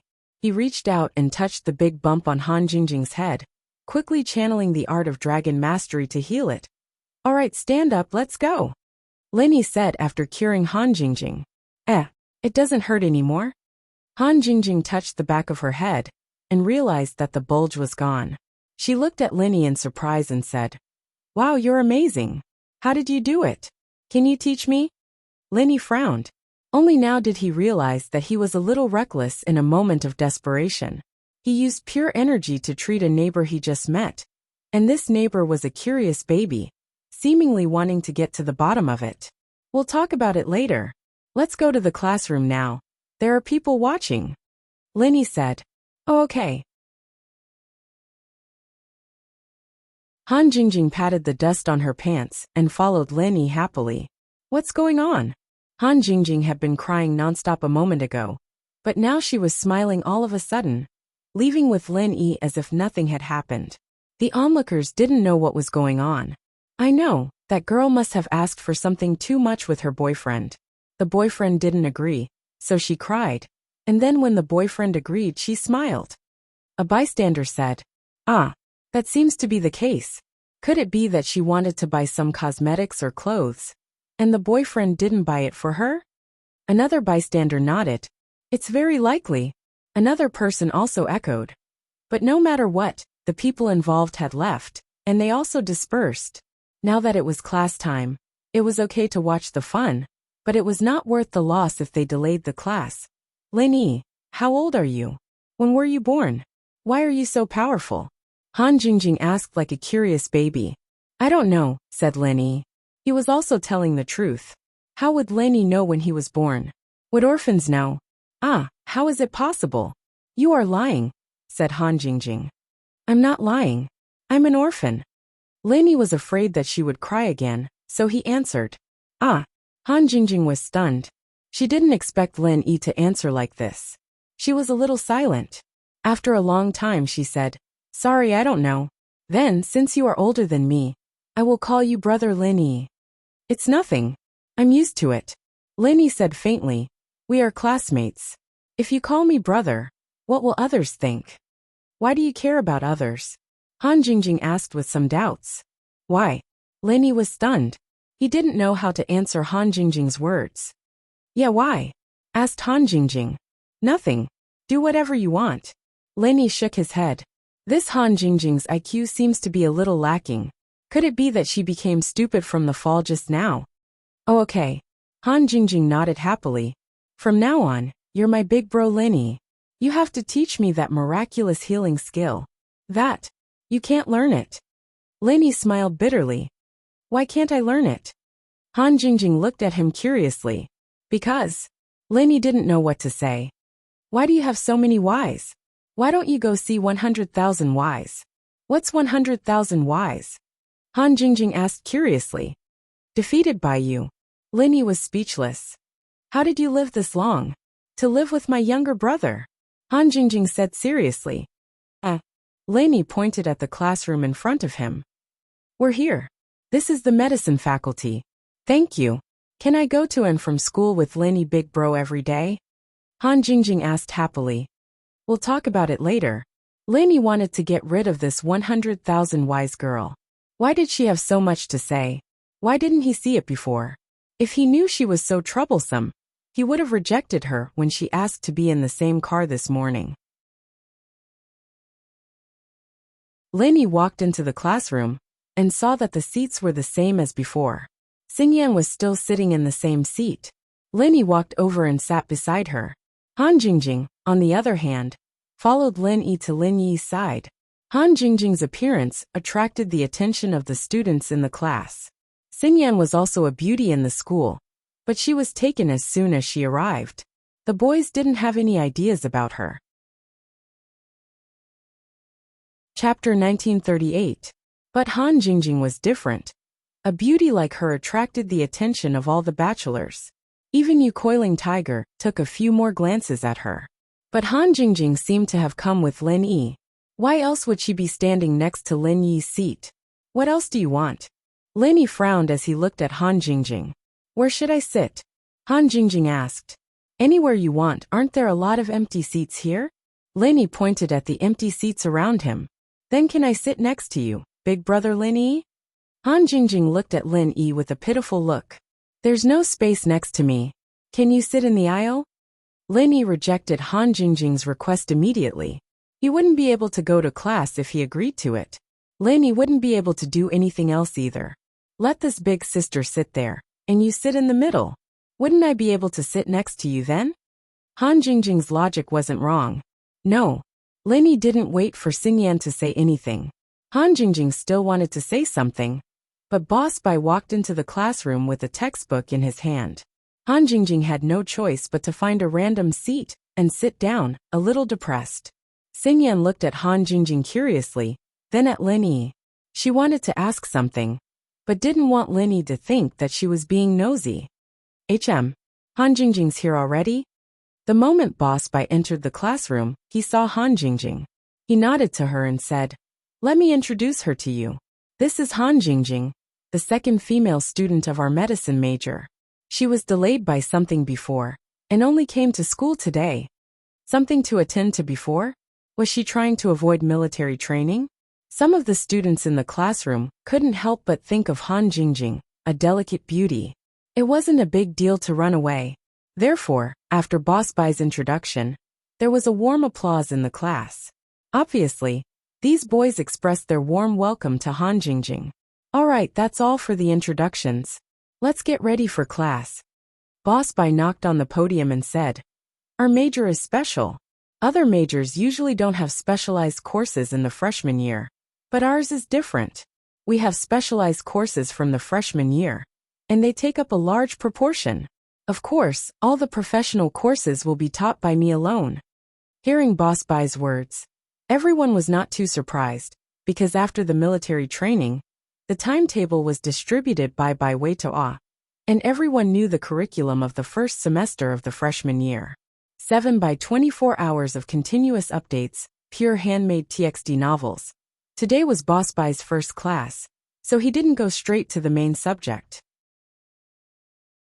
Instead, he talked about what the students in the medical major had to learn in the 4 years of university, what they had to master, and what they would achieve after they graduated from this major. However, to everyone's surprise, many core researchers of large pharmaceutical companies had graduated from Boss Bai's school, which made all the students present feel a sense of respect for Boss Bai. No wonder the seniors and their families insisted that they apply for this school. Most of the students here, except for those who loved medicinal herbs, were from families related to medicine. Their families either owned pharmaceutical factories or pharmaceutical companies, or engaged in the research and development of health products, or set up traditional Chinese medicine hospitals. Therefore, they sent the children of their relatives and friends here to study. They wanted to learn some real skills, so that they could contribute to their family's business when they went back. Lin Yi, that Han Jingjing. Xingyan couldn't help but ask Lin Yi during the break. She's my neighbor. She forced me to bring her to class this morning. Lin Yi smiled bitterly. I think there's something wrong with her IQ. Why is she acting so dumb? A neighbor. Xingyan felt a little sour in her heart, something she couldn't quite put her finger on. It was a very strange feeling, one that she'd never felt before. Yeah. Lin Yi was just about to say something when he saw Han Jingjing walking over. What do you want this time? Big bro Lin Yi, where's the washroom? I want to go. Han Jingjing blushed. Can't you go look for it? Lin Yi's face darkened. Why did this Han Jingjing look like she hadn't seen much of the world? Why didn't she know anything? Judging from her ability to buy a villa, she couldn't be the young miss of some big family, could she? She was the type that had everything at her fingertips. I'm afraid I'll get lost, Han Jingjing said, a little embarrassed. I'll go with you. I want to go as well, Xingyan said as she stood up. Han Jingjing's eyes flashed with disappointment, but it was gone in a flash. She nodded to Xinyan. All right, thank you, sis. It's nothing, it's on the way, Xinyan said as she brought Han Jingjing to the washroom. Xinyan actually wanted to get to know this new girl as well. They were the only two girls in the class, after all, and it'd be more convenient to have a girl with them when there were activities in the future. It'd save the awkward situation of having to change clothes during military training. Xinyan and Han Jingjing went to the washroom, but Bai Weitua came over. Big bro Lin, what's up with this Han Jingjing? Don't tell me she's a freshman too? It's nothing, I met her on the way to school. She's also a medical major, so I brought her here. Linny didn't mention that he was Han Jingjing's neighborhood. There were too many people around Bai Weitua. What if they all went to his house after he told them? At that time, Miss and Shu would both be at home, and it would be difficult to explain. Therefore, Linny planned to talk to Bai Weitua in private. No way, such good luck. Song Xiaodao said enviously. Why can't I touch it? Now that I'm single, Lao Bai and Shengji both have their own targets. Better than yourself. Linny was stunned and looked at Zhao Shengji. Linny knew that Bai Weitua was pursuing He Meiyue, but he didn't know why Zhao Shengji also had a target. It's Chai Xiaoling he. Zhao Shengji said with a big belly. Linny looked at Zhao Shengji and thought of Chai Xiaoling's petite figure. He felt a chill run down his spine. The two of them together were truly a stark contrast.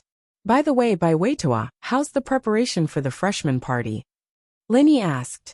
There's basically no problem. I've talked to my classmates yesterday. I'm the main singer of our class's choir. Bai Weitua said. There's no class this afternoon. Let's start rehearsing. Chapter 1939. Date: October 20th, Chapter 1951. What should I do? That's good. Since you agreed to compete with that Zhang Duopan, you have to show your true abilities. If you lose, you won't be able to explain it to He Meiyue. Linny cared a lot about Bai Weitua, but there wasn't much Lin he could do to help with the performance. I know, don't worry. That Zhang Duopan clearly doesn't have any artistic cells in him. I'm confident I can beat him. Bai Weitua said confidently, but don't underestimate him. That kid is a bit devious. Linny said. He could tell from the incident in the cafeteria that Zhang Duopan was a cunning person. It wasn't long before Xinyan and Han Jingjing came back from the washroom. The two seemed to have gotten to know each other a little better, but Xinyan didn't invite Han Jingjing to sit with her. Perhaps she didn't want to ruin the peace and tranquility she had with Lin Yi in class. Xinyan was already used to sharing a table with Lin Yi, and it gave her a sense of security. It was as if everything was supposed to be like this. Xinyan didn't want anyone else to get involved and ruin the peace, that they didn't know how long it would last. He heard that Zhaolong was studying for a doctorate in medicine at Donghai Industry University, and he was here to create an opportunity for him to interact with Zhaolong. If Zhaolong were to appear, this peace would be broken. At noon, Linny sent a text to the miss, telling her that he was going back to Songshan to see Sun Jingyi. He wanted to see her practitioner's arts and pure qi, and compare it with the pure qi in Grandma Sun's head. The miss agreed without hesitation, but gave Linny a difficult mission. She wanted Linny to go back to the villa and bring her underwear from her room on the second floor. Although there were underwear for sale here, some misses were used to wearing underwear and didn't want to change. Linny was speechless. He remembered that the miss didn't even let him go upstairs when he first arrived. But now, she even wanted him to bring her underwear. But when did the miss become so bold? Hadn't she always been a reserved person? While Linny was puzzled, Mengyao was about to explode. Shu, who told you to do that? Oh, didn't Sister Yao Yao say that you're not used to the new lingerie and pajamas you bought? You want to bring all of them from Songshan's house? I saw that Shield Bro was going back, so I asked him to get it. Yushu said confidently. But he doesn't need to go get it. What if he sees what's in the cabinet? Mengyao glared at Yushu, wanting to kick her to death. In the cupboard. What's that? Yushu blinked. You bought it yourself. Don't you know what it is? Mengyao said angrily. That spinning stick you bought from the mail order. Why did you have to buy it out of curiosity? Mengyao reminded Yushu abruptly that there was a box in the cabinet with some imitation female products in it. Yushu had bought it online out of curiosity, but realized that it could damage the hymen when she bought it, so she didn't dare try it out. She'd only studied it for a while before tossing it into the cabinet, forgetting about it after that. She didn't expect Mingyao to remember it though. What's with the os? Hurry up and text him not to take it. Mingyao was pissed. But isn't texting us now? What if Shield Bro gets even more curious? Yushu said. Mingyao thought about it. What if she texted Lin Yi to stop him from getting the underwear? He'd probably think it'd be weird if she stopped him from getting the underwear, and he'd check it out. It'd be like she and Shu were perverts, hiding things from him on purpose. Mingyao sighed dejectedly at the thought. Forget it, I'll let you explain tonight. Oh, it's fine, I'll explain it. Don't worry. I won't drag Yao Yao down with me. Yushu promised with a pat on her chest. It had nothing to do with me. Mingyao roared frustrated. But you studied it too, Yao Yao. You didn't object when I bought it. Yushu said. Then how are you going to explain it? Mingyao didn't want to dwell on the topic. I told you, I wanted to do XX with Shield Bro. But I didn't know how to do it. So I bought one to study and understand the structure just in case. Yushu said. Whatever you want. Mingyao was speechless. Yushu had always been tough, and it was best for her to explain. Before he left, he went back to the dorm. The box of American dollars he got from the drug dealer was still in his backpack. He was going to give it to Xiaoka. Although Fatty Lai could support Xiaoka in the construction of the orphanage by waiving some of the construction fees and material fees, the children in the orphanage still needed money. Fatty Lai couldn't provide the money endlessly. After all, Miracle Dr. Guan's medical company needed a lot of money to develop. Lin Yi didn't want to waste his money. After taking the money, Lin Yi called Sun Jingyi. Sun Jingyi was surprised and happy when she received Lin Yi's call. Big thief, why are you calling me? I thought you forgot about me. Sun Jingyi's attitude towards Lin Yi was slowly changing. At first, she had a good impression of Lin Yi, but now she was a little moved. It wasn't until the Noble House meeting that Sun Jingyi realized how strong Lin Yi was. At first, Sun Jingyi was hesitant. She didn't know whether she liked Lin Yi or admired Lin Yi, but after seeing Lingshan throwing herself at him, Sun Jingyi's competitive heart was touched. If she didn't grab onto such a good man, she wouldn't get another chance like this in the future. And these few days, when Sun Jingyi heard that Lingshan was going to be transferred to Dongha, she was even more worried. She cursed Lingshan for being so shameless. Lin Yi's wife just went to Xuegu, and Lingshan was already in a hurry to get the position. She couldn't let her get her way. After all, she was Lin Yi's lover. It would be easier for her to go from a lover to a wife than an outsider like Lingshan, right? Sometimes things were just so strange. Sun Jingyi went from being a little moved towards Lin Yi to suddenly occupying her whole heart. This strange phenomenon could be said to be a subtle influence. When Sun Jingyi calmed down, even she felt that it was unbelievable. Did she fall in love with Lin Yi just like that? When did it happen? When she asked him to help her deal with her business rivals? Or when she asked him to pretend to be her boyfriend to trick Wu Chintian?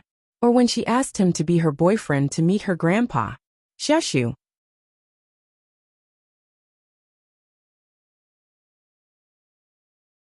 Chapter 1940. Date: October 20th, Chapter 1952. The Alliance of the Strong. Or was it at the Noble House meeting when Lin Yi showed off his power? Sun Jingyi didn't remember exactly when it started, but she was sure that she had fallen in love with Lin Yi. Otherwise, she wouldn't have been so impulsive when she heard that Lingshan was going to Dongha. And so, Sun Jingyi decided to discuss it with Chintian. The two of them would go to Dongha as well. She didn't think that Lin Yi would call before Sun Jingyi could find Chintian. You're still at your old place, right? I'll come find you in a bit. Lin Yi said. Ah, you're looking for me? Aren't you in Dongha? Sun Jingyi paused. Yes, but I'll be going back to Songshan later. I have something to talk to you about, Lin Yi said. All right, see you later, Jingyi said, suppressing the joy in her heart as she hung up the phone. Sun Jingyi knew very well that Lin Yi was probably looking for her for some reason. It wasn't just because he missed her, but no matter what, Sun Jingyi was still very happy to see Lin Yi. Lenny didn't waste any more time and went straight to the highway. Lenny had quite a few things to do in Songshan. Other than checking on Sunjini's chi, he had to send money to Xiaoka, go to Songshan First School to see Ziyu and Chunxi, and then he had to get the Miss underwear. 2 hours later, Lin Yi's car stopped at the food street behind Songshan's first school. A trace of confusion flashed through Lin Yi's eyes as he looked at the familiar scenery. It was as if he'd experienced a lot of things with someone important here. But what exactly they were, Lin Yi couldn't remember. Frowning, Lin Yi shook his head helplessly, got out of the car, and walked towards the first high school. The guard of the first high school naturally recognized Lin Yi. When he saw Lin Yi enter, he didn't stop him.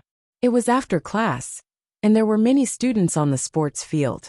This was such a familiar memory, seeing the familiar sports field, the familiar teaching building, and the familiar cafeteria not far away. Lin Yi couldn't help but sigh with emotion. "Student, do you know which class Ziyu and Chunxi are in?" Lin Yi asked a random student, who looked like he was a freshman. "Ah, you don't know?" When the student heard Lin Yi's question, he looked at Lin Yi strangely. "Are they famous?" Lin Yi was also stunned. It was strange that he didn't know. Not very famous, but extremely famous. Ziyu and Chunxi are the prettiest girls in the first year. But Ziyu has a hot personality. Not just anyone would go after her. Only school bully Zhou Ruoming would go after her. The students started talking excitedly. But compared to Ziyu, Chunxi is more popular. She's the commoner prettiest girl in school, and she's the target of many boys' fantasies. She's here to replace the commoner prettiest girl who graduated last year. Commoner prettiest girl? Lin Yi repeated those 4 words. What a familiar name. He seemed to have heard of it before. Right, are you from our school or not? How come you don't know anything? With that, the student looked at Lin Yi with caution. "Let me tell you, we can't even fight for the prettiest girl in our school. If you're from another school, you can pass." "Ha, I'm Ziyu's brother." Lin Yi smiled. "Ah, so you're Ziyu's brother? Then it's fine, bye." The student looked at Lin Yi, a little awkward. Calling his sister a hot personality in front of Ziyu's brother was something embarrassing. "Wait, which class is Ziyu in?" Lin Yi asked. "Class 5. Aren't you her brother? How come you don't know which class she's in?" The student looked at Lin Yi suspiciously. Distant relative, just visiting her on the way. With that, Lin Yi turned and walked towards the school building. Could it be some random excuse made up by Ziyu's pursuer? The student shook his head and ignored him. Ziyu and Chunxi were the prettiest girls in school, but they were too far away from normal boys like them. They couldn't be reached. Lin Yi walked into the school building with familiarity and found his classroom in no time at all. There was a group of people surrounding the classroom, and one of them was holding a bouquet of flowers, as if he was declaring his love for a girl. "Ziyu, just say yes, I'm true to you, I really am." The guy was saying mushy words of love. But Lin Yi recognized this guy. Who else could it be but Zhou Ruoming? This guy was showing his love to Ziyu. This made Lin Yi frown. He'd only been gone for a few days. And the Zhou brothers were acting like this again? Didn't he ask Zhou Ruoguang to take care of Ziyu? Why was his brother, Zhou Ruoming, harassing Ziyu himself? Did this family want to die? But from the looks of it, Zhou Ruoming didn't do anything overboard. So Lin Yi decided to wait and see. Ziyu had been really annoyed these past few days. When Zhou Ruoming wrote her love letters, she didn't even look at them before throwing them away. He asked her out to eat a few times, but she rejected all of them. Who would have thought that Zhou Ruoming would be standing in front of the classroom with a bouquet of flowers? "Zhou Ruoming, are you done? Didn't I tell you that my brother is really strong? If you keep bothering me, I'll tell him to break your 3rd leg." Ziyu put her hands on her waist and glared at Zhou Ruoming. The surrounding students were speechless. She was the hot school beauty, after all, so fierce. Breaking someone's 3rd leg with just one sentence. My brother's really strong too." "That's even better, we're a strong team." Zhou Ruoming grinned. Ziyu frowned. It seemed like this guy wasn't going to let it go if she didn't do something drastic. "You know the boss of the North District, Guangbro, right?" Ziyu didn't want to mention these gangsters at first, since she'd promised Lin Yi that she'd study hard. She hadn't been fighting anyone with a knife in this period of time, but she didn't expect that they'd come looking for trouble instead. Book Ocean Pavilion, she's here as soon as possible. Boss of the North District, Guang bro? Isn't that my brother? He's called Zhou Ruoguang, and I'm Zhou Ruoming. Your brother wouldn't be my brother, would he? Zhou Ruoming grinned. Could it be that Ziyu's brother was her god-brother? That was even better. Now that they were together, they'd be even closer. It wasn't that Linny left, but Zhou Ruoguang didn't think that Zhou Ruoming and Ziyu would have anything to do with each other. He didn't know that Ziyu would come to Songshan's first school. Target =_ blank. Chapter 1941. Date: October 20th. Chapter 1953. Her brother is me. So Zhou Ruoguang's your brother. That's even better. But he's not good enough to be my brother. Your brother's nothing but a pug in front of my brother. Ziyu remembered how much respect Zhou Ruoguang had for Lin Yi, and she couldn't help but feel proud of herself. This was even better. Bringing up Zhou Ruoguang and having him ask around would make this guy stop bothering her. What did you say? Zhou Ruoguang's face darkened. This was a slap in the face. He didn't use force on her before, because he knew that she was a hooligan. But now she was calling him a pug. Zhou Ruoguang was furious. Who the hell is your brother? I'm her brother. Linny smiled and walked over. You. Zhou Ruoguang paused, not expecting someone to answer. He turned around and his face changed. He didn't expect it to be Lin Yi, and his legs went soft, almost falling on his butt. He thought about what Ziyu said before, that your brother's nothing but a pug in front of my bro. She wasn't wrong at all. Even his old man Zhou Tiandi was nothing in front of Hayashi Lin, let alone Zhou Ruoguang. Hayashi Lin, Ziyu's your sister. Zhou Ruoguang just realized how stupid of a thing he'd done. Of all people, he had to go after Ziyu. His target was Chun Shi, the commoner beauty, but Tang Yun, the commoner beauty, got beaten up by Lin Yi, so he was a bit traumatized. He didn't expect her to be Lin Yi's sister. Why haven't you graduated yet, kid? Can't you do something proper? You only know how to hit on girls. Lin Yi frowned. He could tell that Ziyu wasn't at a disadvantage, so Lin Yi didn't bother with Zhou Ruoguang. With a hooligan like him in school, he could at least look after Ziyu and Chun Shi. Hayashi Lin, I can't get into college, so I'll just stay here for a few more years. Zhou Ruoguang said awkwardly. I'm sorry, Hayashi Lin. I didn't know Ziyu was your sister. I wouldn't have gone after her even if I had 100 guts if I did. I'll throw this flower away. Alright, you don't have to throw it away. Lin Yi snatched the flower from Zhou Ruoguang's hands. I'll give it to you then. Ziyu, this is for you. Ziyu was already very surprised to see Lin Yi, and seeing Lin Yi give her a flower, her heart skipped a beat and her face blushed. In front of outsiders, she was a hot girl, but in front of Lin Yi, she was a good girl. She took the flower and said shyly, Lin Yi bro, thank you. Ugh. Zhou Ruoguang was a bit dumbfounded. Ziyu had this shy side to her? But then he remembered that Lin Yi and Ziyu didn't have the same surname. Could they be siblings? At that thought, Zhou Ruoguang's legs shivered. He really was blind, chasing two women who were Hayashi Lin's women. He was asking to die. Lin Yi bro. Chun Shi saw Lin Yi as well, but her face darkened when she saw Lin Yi giving flowers to Ziyu. She recovered quickly, and her mood was replaced with joy. Why are you here? Lin Yi's senses were sharp. How could he not see the sadness in Chun Shi's eyes? She smiled and split the flowers in Ziyu's hands into two, giving one to Chun Shi. This was for you too. I was just about to ask Ziyu to give it to you. Yeah, Chun Shi, Lin Yi bro wanted to give it to you. Ziyu looked at Chun Shi teasingly as well. She knew what Chun Shi was thinking, of course. She'd been joking with her about Lin Yi a lot lately. Is that so? Chun Shi was happy, but she jumped when she saw Ziyu's eyes. She was afraid that she'd say something inappropriate in front of Lin Yi. Thank you, Lin Yi bro, let's talk outside the classroom. It's not too good. Chun Shi was a bit shy. She had puppy love in her classmates, but she was the type of girl who was more cautious. She had a crush on Lin Yi, but she didn't want people to see it.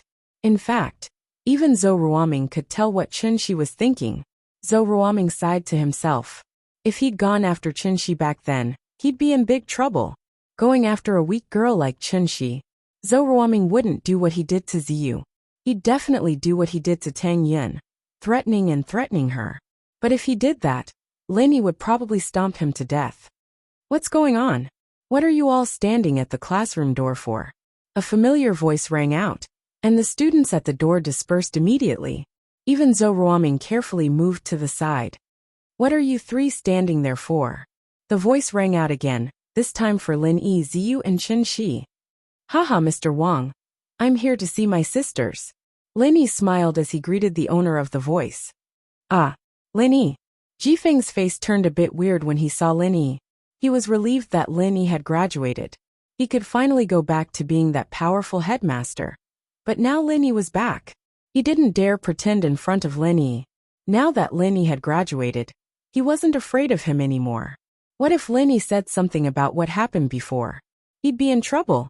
Therefore, Wang Jifeng immediately put on a kind smile. Ah, these two are your younger sisters. Are they from grade 5, class 5? I understand. If you need anything in the future, you can come find me anytime. Chen Shi Ziyu, Mr. Wang said that if you need anything, just go find him. Like if someone's chasing after you or something, Lin Yi said with a smile. Ziyu's eyes widened. She didn't think that the headmaster would be this nice to Lin Yi. Just who was this guy? Why was he so cocky everywhere he went? Ziyu was practically worshipping Lin Yi now. Haha, there's no need for the headmaster to do anything. I'll take care of it for Hayashi Lin. Zhou Ruoming was worried that Lin Yi would come looking for trouble. He quickly patted his chest in front of Lin Yi. Jifeng was speechless. This Zhou Ruoming was so loyal after getting beaten up by Lin Yi a couple of times. This guy was really a softie. But then again, wasn't his weakness in Lin Yi's hands as well?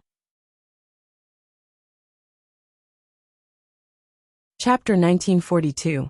Date: October 20th, Chapter 1954. In Ziyu's idea, these two could be considered the black and white sides of the school. No one would dare bully Ziyu and Chen Shi in school anymore. The next class is gym, we're not going. Lin Yi bro, bring us out for a walk, we haven't seen you in a long time. Ziyu said, skipping class right in front of the dean. Haha, it's fine. You guys go if you have something to do. I'll talk to the gym teacher. Jifeng said, wishing that Lin Yi would leave. Chen Shi wasn't as smart as Ziyu, and her eyes went wide at the words of the strict dean. She couldn't believe it. But Ziyu was already holding her hand, following Lin Yi out of the school building. Ziyu, not bad. Actually reaching the minimum requirement to pay for your own expenses.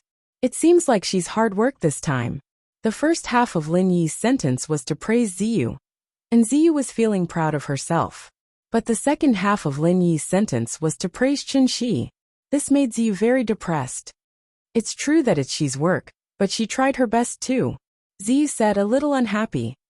Yeah, Lin Yi bro, Ziyu really put in a lot of effort. Chen Shi said. I know, I don't want her to get arrogant. Lin Yi said. But you didn't disappoint me, Ziyu. Study hard, and you'll be able to face yourself and your brother in the future. My brother. Ziyu's face was a little down when she heard Lin Yi bring up her brother. My brother's mission isn't done yet? When will he come back? I don't know about that. Some things are confidential, and I can't just say it like that. Please remember. Lin Yi said. But it'll be a long time, or your brother wouldn't have asked me to take care of you. The person my brother asked isn't bad at all. Big brother Lin Yi, you're so awesome. Wherever you go, people seem to be afraid of you. Even that blackface Wang Jifeng treats you kindly. You're really awesome. Ziyu had been scolded by Wang Jifeng a couple of times since school, and she naturally held a grudge against him. Seeing how nice he was to Lin Yi today, Ziyu felt a lot better. Do you have enough money? He came to see Ziyu mainly because he wanted to ask if she had any money to spend. The school had waived her tuition, but she still needed money for her living. Fortunately, I haven't spent all the money you left me last time. I don't really need money. Ziyu wasn't the kind of girl who spent a lot of money. She usually spent money on transportation and food, and she didn't really buy clothes. Well, it's good that you know how to be thrifty, but don't waste yourself too much. This is a card with 20,000 yuan in it. If you use it sparingly, It should be enough for a semester. Linny said as he handed a card to Ziyu. This was the card Linny got before coming. The password is 6 zeros. This, my brother told you to give me? Ziyu didn't want to take Lin Yi's money. Yeah, your brother left me some money and told me to give it to you regularly. Linny said vaguely. Oh, Ziyu didn't hold back and took the card, putting it in her pocket. How's your mom? She's fine now, right? Linny didn't know why, but he thought of old Ju again. That guy always had bad intentions, and he didn't know if he'd tried to harm Chen-Shi's mom again. Mom's better now, and she's working at that beef noodle house now. She's a part-time waitress, making 2,000 a month. Chen-Shi was very happy when she talked about her mom's situation. Not only was her mom better, but she could also go out and earn money. Chen-Shi's family's life was a lot easier now. With her mom's income, Chen-Shi didn't have to scavenge every day anymore. She could only go out on weekends, and it wouldn't affect her studies. Linny nodded. All right, go back and study then. I'm leaving now. I'm studying at Donghe. Call me if you need anything. Ah, you're leaving. Chen-Shi didn't want Linny to leave, but she wasn't someone who was good at expressing herself. She didn't know how to make him stay. Linny bro, since you're here, don't leave so early. You didn't even treat me and she to dinner. Ziyu said coquettishly. When my brother comes back, I'll tell him how you treat us. Huh? Linny smiled, but his heart tightened. Ziyu might never know that her brother was already dead, and she'd never see Armadillo again. At that thought, Ling Yi's face changed. Let's go, I'll treat you guys to dinner. What do you want to eat? I want to eat the beef noodle house she's mom works at, Ziyu said. I tried it once before, and I thought it was a bit expensive. This time it's your treat, Linny bro. Alright, let's go then. Linny sighed. Ziyu was a good girl by nature, and being in that school before was actually a form of protection for herself. She wouldn't be able to survive alone in that kind of environment, and even if she did survive, she might catch the eye of some hoodlum and become their slave. After treating Ziyu and Chen-Shi to some noodles, Linny sent them back to school, telling them to study hard before leaving. Lin Yi's heart was a bit heavy. Seeing Ziyu's happy face, Lin Yi's heart was pounding. He'd have to tell her about Armadillo sooner or later. But how was he supposed to tell her? Ziyu, I don't even know what to say to you. Haven't you heard that you have to fight for your own happiness? You're so quiet. Can't you be a bit more proactive? How many years does it take for Linny bro to come visit us? Look, you're wasting the chance, aren't you? Ziyu scolded Chen-Shi.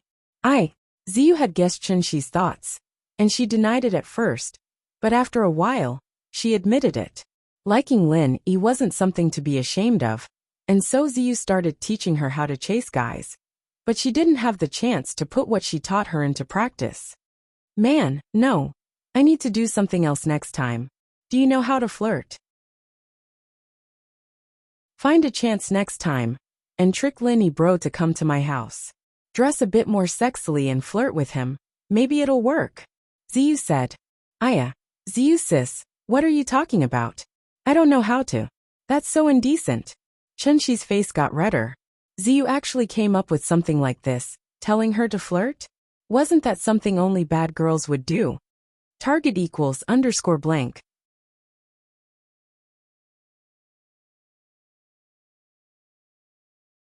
Chapter 1943.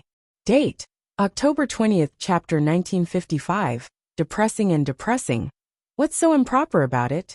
Haven't you heard of this saying? Women need to be able to go to the hall, cook in the kitchen, and get on the bed. Ziyu said with a serious face. You need to be noble and dignified in front of outsiders, gentle and virtuous at home, good at cooking. When you're in bed, you need to be horny. Men all like women like that. Ziyu used to be a delinquent girl, living with a bunch of men. She'd heard a lot of this stuff, and now she was teaching Chen-Shi.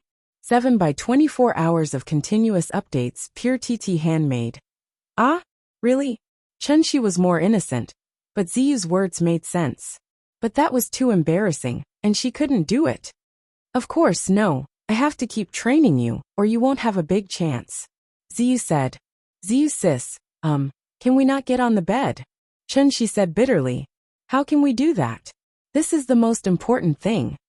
Ziyu said. Don't worry, it's easy to learn. I'll get you some movies. And you'll know when you come to my house. Okay. Chunshi stupidly agreed. After leaving the first high school, Lenny drove back to the villa area. Ever since he went to East Box, no one had come to this villa for a long time. Lenny opened the door of the villa and suddenly felt a sense of desolation. Lenny didn't delay. He went upstairs and came to the elder sister and Shu's bedroom on the second floor. This used to be Lin Yi's forbidden place, but later, everyone's relationship became harmonious. Lenny came up a few times, but if there was nothing important, Lenny still wouldn't come. Siemi. Opening her wardrobe, Lenny found a clean underwear storage box and took out the underwear and pajamas in the wardrobe one by one and put them in the storage box. Big Sister's and Shu's underwear were basically cute. Many of them were printed with cartoon patterns, but even so, it still gave people a feeling of imagination. Looking at the underwear in front of him, Lenny couldn't help but think of the incident at Grandma Sun's house, when Big Sister took off her clothes to take a bath. He immediately cursed the 3 Earth-rank bastards for coming at the wrong time. Burning them to death with fire poison was really letting them off easy. After packing the underwear, Lenny found that there was a box under the cabinet. Lenny didn't think much about it. He thought that it was a new underwear that hadn't been unpacked, so he picked it up. But when he held it in his hand, he was shocked. Damn, it's so big. Lenny looked at the huge thing in front of him and was shocked. Such a huge female masturbator, was it for Big Sister or Shu? But it doesn't seem like it. Big Sister definitely isn't this kind of person, and Shu, although her character is a bit tough, in Lin Yi's opinion, she wouldn't use such a terrifying thing. However, this appeared in Big Sister and Shu's cabinet. Other than the two of them, there really wasn't anyone else. 7 by 24 hours of continuous updates, pure TT handmade. Lenny was a bit hesitant. He didn't know if he should give it to them.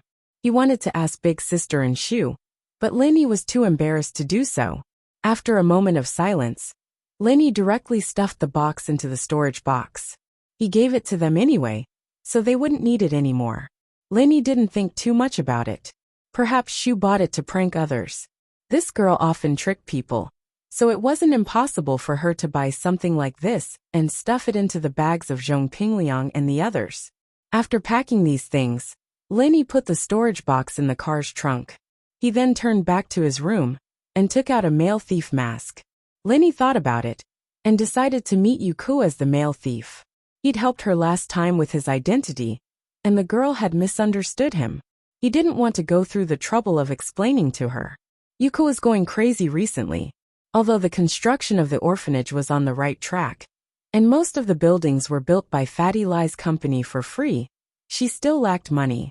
Yes, she lacked money very much. There was no other reason.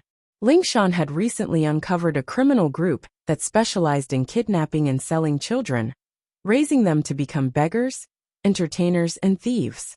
The person in charge of this group was Njienda, but he was beaten half to a pulp by Lenny and was sent back to the firewolves by the professor.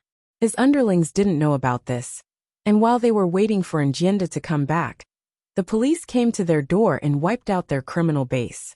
Although the criminals had been sent to prison, the children and street children who had been caught had become a big problem. The police released pictures of these children, and while waiting for their parents to come and claim them, they sent them to the city's orphanage. Of course, everyone knew that other than a few parents who would recognize their children and take them back, most of the children would stay in the orphanage forever. Some of the children were even sold or abandoned by their cruel parents. So why would they take them back? The orphanage suddenly had more than 200 children, and that meant more than 200 mouths. No matter how rich Yuku was, she wouldn't be able to take care of all these children. The money that Lenny gave her last time was basically used up, and Yuko was so anxious that she wanted to go back to her old business. In fact, the orphanage could totally reject these 200 orphans. After all, the orphanage wasn't in a good financial situation right now, and suddenly having so many children would definitely increase the burden. However, Yuko and the old director were kind people. They opened this orphanage not to make money, but completely out of love. Yuko even went to the hospital to adopt abandoned babies. Faced with so many homeless children, how could she reject them? Master, there are so many children. Food, clothes, and daily necessities. This cost is too much, and we can't afford it. Why don't we borrow some money from Chairman Lai? Yuka didn't want to borrow money unless it was absolutely necessary. She didn't know why Lin Yi was so good to her. Not only did he give her a sum of money last time, but now he let Fatty Lai build some facilities for the orphanage during the factory's free time. Although most of the materials used were leftover from the factory's construction, and the construction time wasn't fixed, he only helped the orphanage when his construction company was free. Although the progress was slow, the orphanage didn't have to pay a single cent. So, Yuko was a little puzzled. What was Lin Yi doing? Since she already knew that she had someone she liked, and it was impossible for her to have anything to do with him, he still did this for another reason. But if that wasn't the case, then why?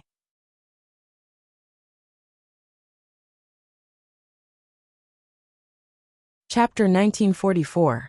Date: October 20th. Master, your identity. Xiaoke was startled. She knew a little about her master, and if her master were to show his face in public, his life would be in danger. It's been so many years, and that incident should be over by now. Plus, I only accept missions from the thief's door, so there shouldn't be any problems, the dean said. Master, why don't I go? Xiaoke hesitated. No. You almost lost your life last time, and if it wasn't for the male thief protecting you, you wouldn't have made it back. The dean rejected Xiaoke's suggestion. Although you are proficient in some mechanisms and dark arts, your experience is still too little. Facing those cunning people of the same profession, how are you a match for them? Hearing the dean's words, Xiaoke couldn't help but fall into silence. It was true that during the tomb robbery, if it wasn't for the male thief protecting her, she would have become old Hayes cannon fodder. She wouldn't even know how she died. Man, if only the male thief could come with me. Xiaoke sighed. Lin Yi stood outside the dean's room quietly, listening to their conversation. He didn't think that the orphanage was still so difficult. He thought that with the money he gave them last time, and with Fatty Lai's free help, the orphanage would have a good life. Who knew that there would suddenly be 200 more orphans? This was killing Xiaoke. With Xiaoke's personality, even if she didn't eat or drink, she wouldn't let these children suffer. So although Xiaoke was a little reckless and greedy, Lin Yi had a good impression of her. Otherwise, Lin Yi wouldn't have thought of giving this small box of money to Xiaoke immediately. Lin Yi didn't disturb her, and waited for Xiaoke outside the room. He didn't want the dean to know that he was here, and he only wanted to see Xiaoke and leave after giving her the things. Lin Yi didn't want too many people to know his identity as the male thief. This dean was a half-golden class master, and Lin Yi felt that she had some secrets. Xiaoke also said that she seemed to have a grudge against someone, so Lin Yi didn't want to have too much to do with her. After talking to the dean, Xiaoke left the room, but she didn't take 2 steps before a voice came from behind. Flying Sparrow, can I talk to you? Lin Yi suddenly appeared behind Xiaoke. Ah! Xiaoke froze, but hearing the familiar voice and the unique name, her eyes lit up with excitement. Male thief. She turned around and saw the familiar mask. Xiaoke's heart skipped a beat, and her cute face blushed. This was the person that she thought about day and night, the person that always appeared in her dreams. She didn't think that he would appear in front of her again. Didn't he say that they wouldn't meet again every time they parted? But it didn't take long for them to meet again, and it made Xiaoke very happy. Ha! It's me. But aren't you going to invite me to your room? It's not good for others to see me like this, right? Lin Yi pointed at his mask and smiled bitterly. Xiaoke couldn't see Lin Yi's bitter smile, but she could hear the awkwardness in Lin Yi's voice. She playfully said, Then take off your mask. Take it off. I'm afraid you'll be disappointed. Sometimes expectations are better than reality. Lin Yi said faintly, If you don't want to take it off, then don't take it off. Even if you're ugly, I still like you. Xiaoke was telling the truth. She liked the male thief as a person. She didn't know what he looked like, and he always wore that stiff mask in front of her. But Xiaoke liked him just the way she liked him. Haha, then you can treat me as an ugly monster, Lin Yi smiled. Although Xiaoka said that, she still quickened her steps and brought Linny to her room. Xiaoka was very excited. This was the second time the male thief came to find her, and this was a good start. After entering the room, Xiaoka happily made a cup of tea for Lin Yi and sat beside Lin Yi. How come you have time to find me today? It seems like you're having a hard time, so this is for you. Lin Yi handed the small suitcase to Xiaoka. What's this? Xiaoka paused and took the suitcase, opening it. The moment she opened it, her eyes filled with a green light. American dollars. So much. For me. Yi nodded. Wow, male thief, you're too good to me. Xiaoka hugged Lin Yi and kissed Lin Yi's mask. I love you so much. Lin Yi was a bit speechless. This Xiaoka treated the male thief and Lin Yi completely differently. Last time when he used Lin Yi's identity to give her money, she didn't seem happy at all, and even acted like he was plotting something against her. If it was the male thief, he would have thrown himself at her. This money came from illegal sources, from a drug dealer. You should have a way to exchange it, right? Lin Yi reminded. That's no problem. We're from the thief sect. Dealing with this kind of money is no problem at all, Xiaoka said nonchalantly. $1.5 million? Haha, that's great. It'll be enough for a long time. You can use it first. I'll send you more if I have this kind of money in the future. Lin Yi wouldn't mind cashing in again. I'm leaving now. Ah, you're leaving already? Xiaoka was a bit disappointed, but when she thought about how the male thief came to give her money, she felt sweet inside. He still cared about her after all. Otherwise, why would he think of her first after robbing a drug dealer?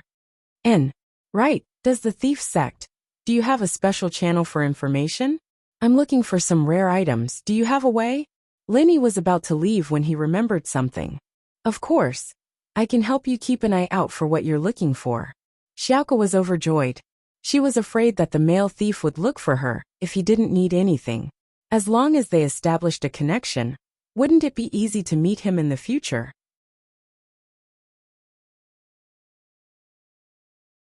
Chromatic steel, a type of multicolored steel. Lin Yi said. There's also blue crystal and pure yellow jade, these three things. Shortcut key. Shortcut key. Enter next page, shortcut key.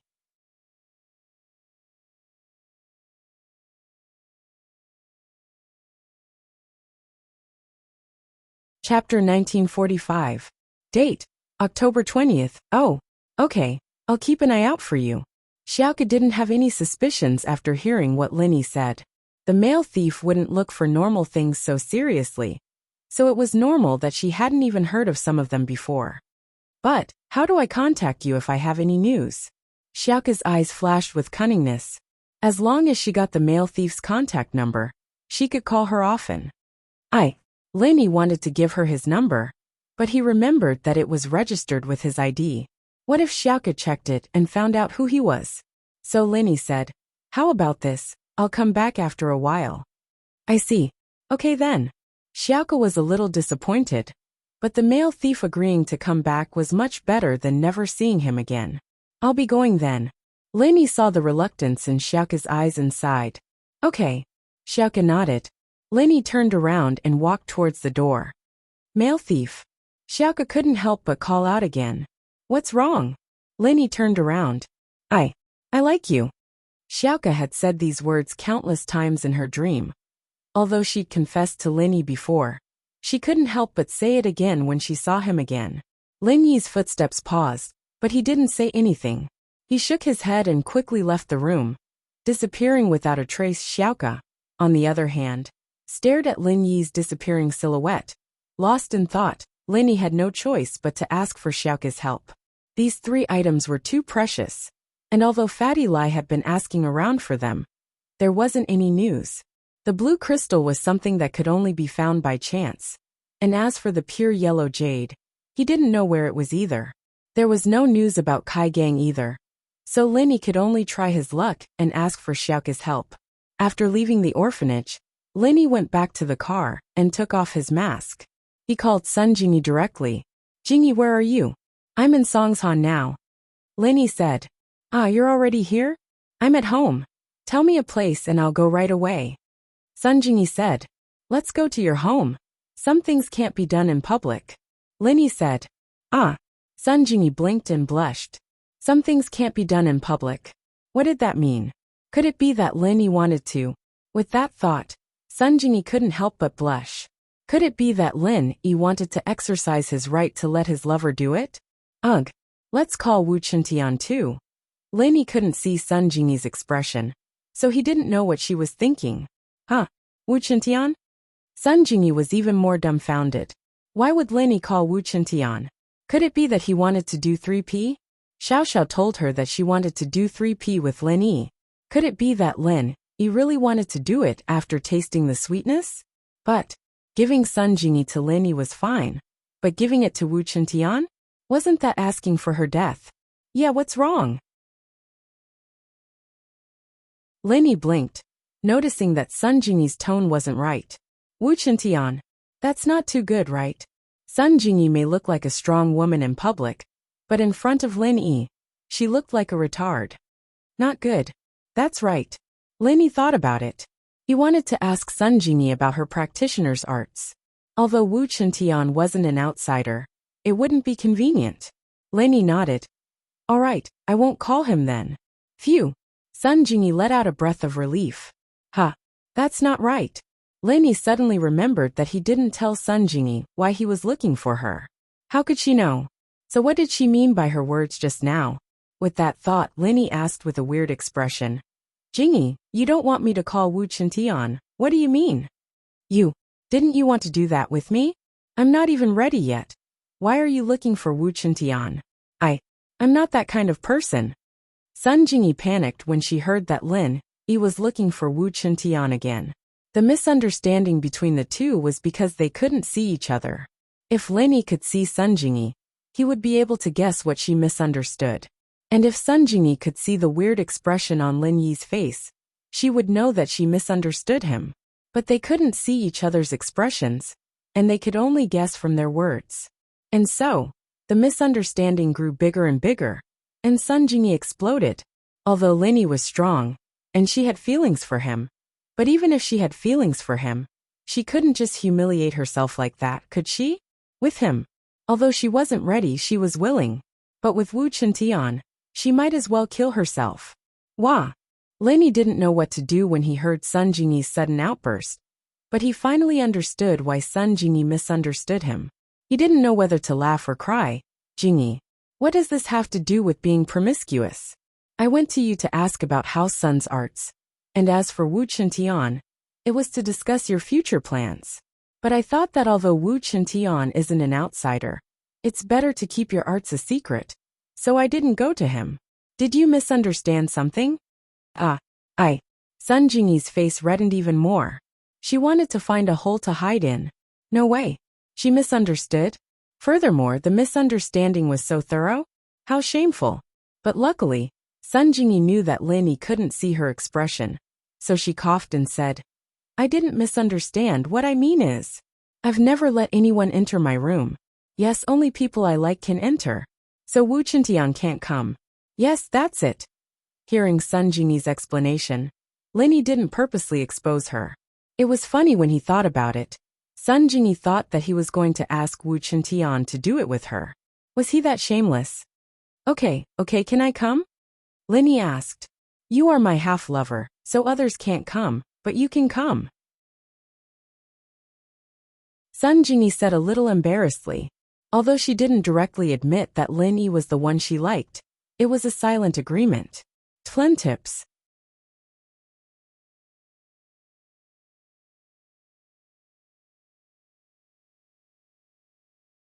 Chapter 1946.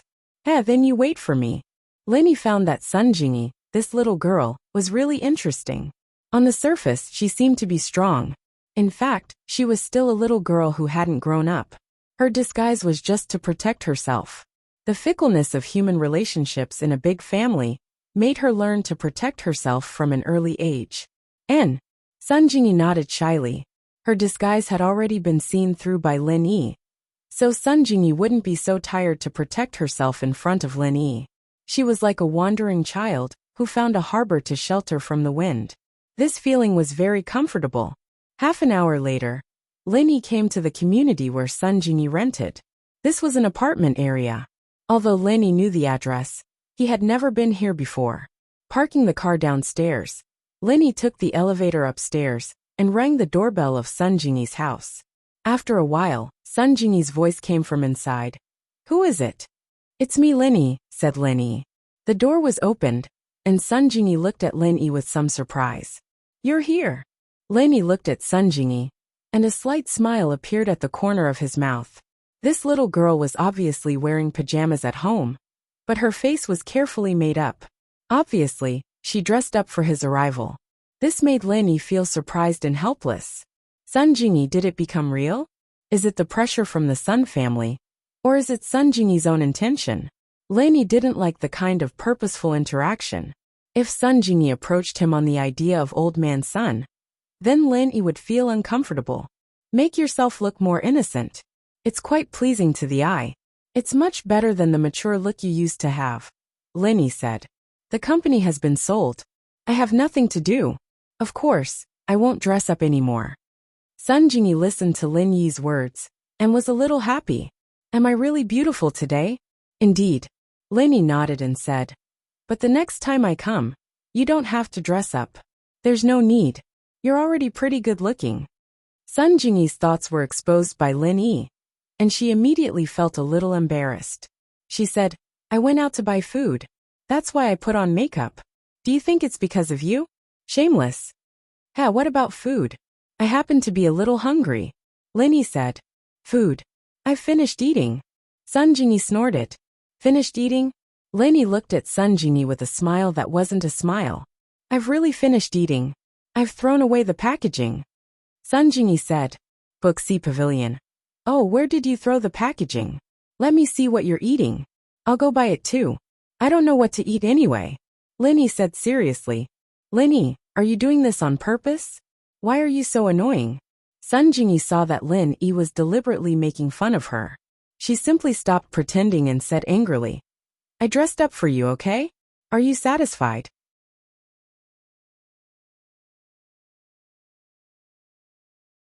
Ugh. Lenny didn't expect to make Sunjingi go berserk twice in one day. He suddenly felt a little embarrassed. He touched his chin and smiled bitterly. Jingy, I'm just joking. Me too. Sunjingi said. Hee, okay, let's get down to business. Right, can you transfer some of your true chi to me? Lenny asked. My true chi? Transfer it to you? After Sunjingi was slightly stunned, her face became extremely strange. Are you serious? What's wrong? Lenny saw Sunjingi's expression, and he faintly felt that there seemed to be something that he had neglected. When the people of our Sun family reach the first level, true chi can only be used by one person. If we can't reach the second level, then we can only transfer true chi to this person for the rest of our lives. Sunjingi said, Don't you know? Lenny had heard of this situation, but he ignored this condition before. He thought that it was okay for Sunjingi to transfer some true chi, but now it seemed that if he wanted Sunjingi's true chi, it was equivalent to binding Sunjingi's lifetime happiness. Before Lin Yi made up his mind to accept this girl, he definitely couldn't do such a reckless thing. Therefore, Lin Yi suddenly felt a little embarrassed. I forgot about this, but don't get me wrong. I just want to study your true chi. I don't mean anything else. I see. Sunjingi breathed a sigh of relief, but at the same time, she was a little disappointed. She was even thinking that if Lin Yi insisted, would she listen to him and transfer her true chi to him? In that case, she could rely on him openly because she had pinned her lifetime happiness on Lin Yi. She, Sunjingi, could only serve Lin Yi for the rest of her life. So, if after you transfer your true chi to me, your true chi will automatically become the same as mine, then the true chi that you produce in the future will automatically become this kind of true chi? Lin Yi suddenly thought of a very important question and asked quickly. That's right. Sunjingi nodded. This mental cultivation of our Sun family is very strange. It is completely an auxiliary mental cultivation. Once the true chi in my body becomes your true chi, then no matter how much true chi I have, it will be the same kind of true chi. So that's how it is. There was a hint of understanding and joy in Lin Yi's eyes. If it was really like what Sunjingi said, then there was no need for him to study Sun Jingyi's true qi.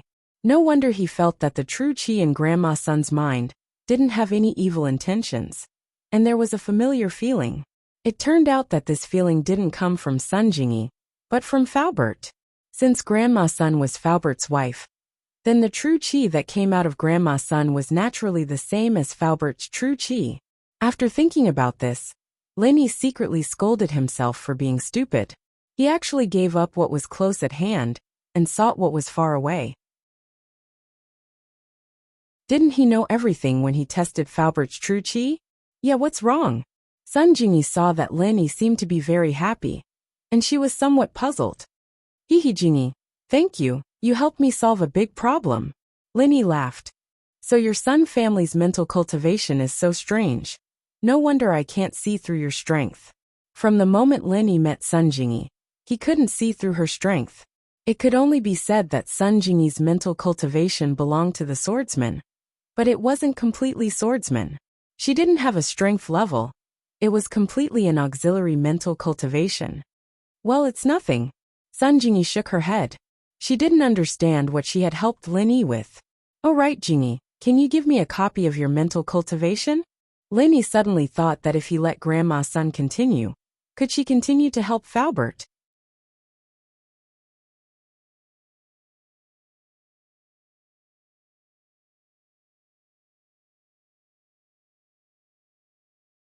Chapter 1947.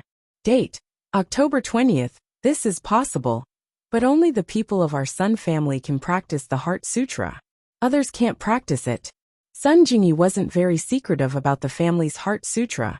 After all, the Sun family also gave this Heart Sutra to the people of the Wu family to practice, but it ended in failure. The final conclusion was that this Heart Sutra was only effective for the people of the Sun family. Others couldn't practice it. So in this way, this Heart Sutra wasn't important, and there was no confidentiality. The people who were in high demand were the children of the Sun family. It's okay. I just want to study it, Lenny said. Okay, then you wait. I'll send it to you via text message. As Sun Jingyi said this, she took out her mobile phone, found a file, and sent it directly to Lenny. Lenny's mobile phone immediately sounded a notification that he had received an email.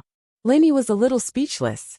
In his opinion, these Inner Force Sutra were all written on bamboo slips and sheepskin scrolls.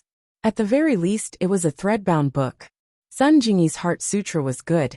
It was directly an e-book. However, this was also a product of the development of the times. Lenny thought that he was lagging behind. Originally, Lenny also wanted to help Sun Jingyi improve some strength, but he thought that if his true qi went to Sun Jingyi, would it cause changes to Sun Jingyi's true qi? If Sun Jingyi's true qi became the same as his own, then Lenny would be in trouble. Thank you. Lenny saved the Heart Sutra in his mobile phone and said sincerely, Right, Jingyi, what are your plans for the future? Lenny knew that Sun Jingyi's company had been sold, and she had nothing to do at the moment. I don't know. I don't want to go back to the Sun family, and I don't want to work hard to start a business alone. Speaking of this, Sun Jingyi smiled self-deprecatingly and said, You also saw it. A girl with no background. I also don't have a strong man to protect me. My business is always bullied, just like last time. Don't you have Wu Qintian helping you now? Whoever dares to bully you, that kid will slap them to death with one palm. Lenny laughed. It's mainly because it's too tiring to manage a company alone. And now I don't need to prove anything. Sun Jingyi said, In the past, starting a business was for the Sun family to see. Let Grandpa and the others feel that I'm not just a victim of profit in the Sun family. Instead, he could be independent. But now I find that this idea is somewhat wrong. In any case, I can't do too much on my own after so many years. It's still a small company. Lenny knew about Sun Jingyi's pitiful life, so he nodded in silence. But you can't always stay here, right? I don't know. But in this noble house meeting, I've understood something. Sun Jingyi said, That is, the strong are respected. In the eyes of the noble houses and hidden houses, only the strength of a practitioner represents everything. Thinking about it, it was laughable that I wanted to use business to prove my strength. That's right. The foundation of a noble house and hidden house is the strength and number of practitioners. Linny said, "Why, do you want to train too? Haven't I always been training?" Jingy smiled bitterly, thinking back to my grandpa's attitude during the meeting. He wanted me to marry Wu Chintian, but when he saw how you destroyed House Yu so domineeringly, he told me to get on your good side. But when he heard that you pissed off a hidden house, and they sent 3 Earth class after you, he froze my bank account and told me to stay away from you. At the end of the day, in their eyes, I'm still a commodity.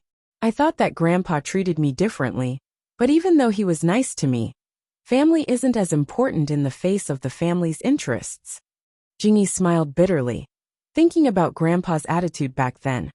How could Linny not understand what Sun Jingy was saying? Noble houses were the same as those sections. Thinking back to how excited Crystal Candy was when she found out about Xiaoxiao's constitution, and how she was willing to lower herself to talk terms with a mystic like him, so that she could become the heir of the Ice Palace. Sometimes, it can't be helped. Your grandpa may be an old fox, but he did it for the sake of the family, Linny said.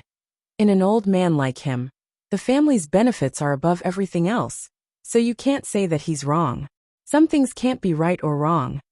Yes, so in order to escape this fate, I have to become a strong practitioner. Jingy said, I want to work hard on my training. Once I reach the second stage of House Sun's arts, I'll be one of the core members of House Sunday.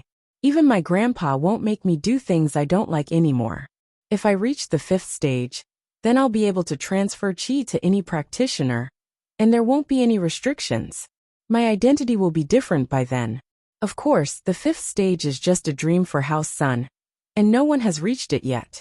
Jingy said, your arts are too weird, and you're not leveling up between Sky, Earth, Mystic, and Yellow, so I want to help you, but I can't, Linny said. I can't raise your strength as fast as Wu Chintian and the others. I know. Sun Jingy nodded and said, House Sun's arts can only be improved by absorbing chi from the surroundings. There's no other way. Linny nodded. The energy in his body was pure energy, but it wasn't pure chi. It was pure chi that was converted from the chi of heaven and earth through the art of dragon mastery. Although this chi had the same effect as the chi of heaven and earth, and could be converted into other types of chi for others to use, the prerequisite was that the art of dragon mastery was the art of conversion. So, the all-purpose chi combined with the arts was equivalent to the chi of the surroundings, and could be used by others. It wasn't like the normal chi of the surroundings, which could be directly absorbed and refined by the practitioner. The two had the same effect, but the essence was different. If Sun Jingy absorbed his chi, she would probably become like him. She didn't know the art of dragon mastery, so naturally, she couldn't transform chi. In this case, Sun Jingy's chi could only be used by him in the future. To put it bluntly, Sun Jingy's body was like an energy storage device. Her body could absorb the chi of the surroundings, and this chi could be absorbed and refined by other practitioners. Of course, this was only Lin Yi's guess. Linny still had to research to know the specifics.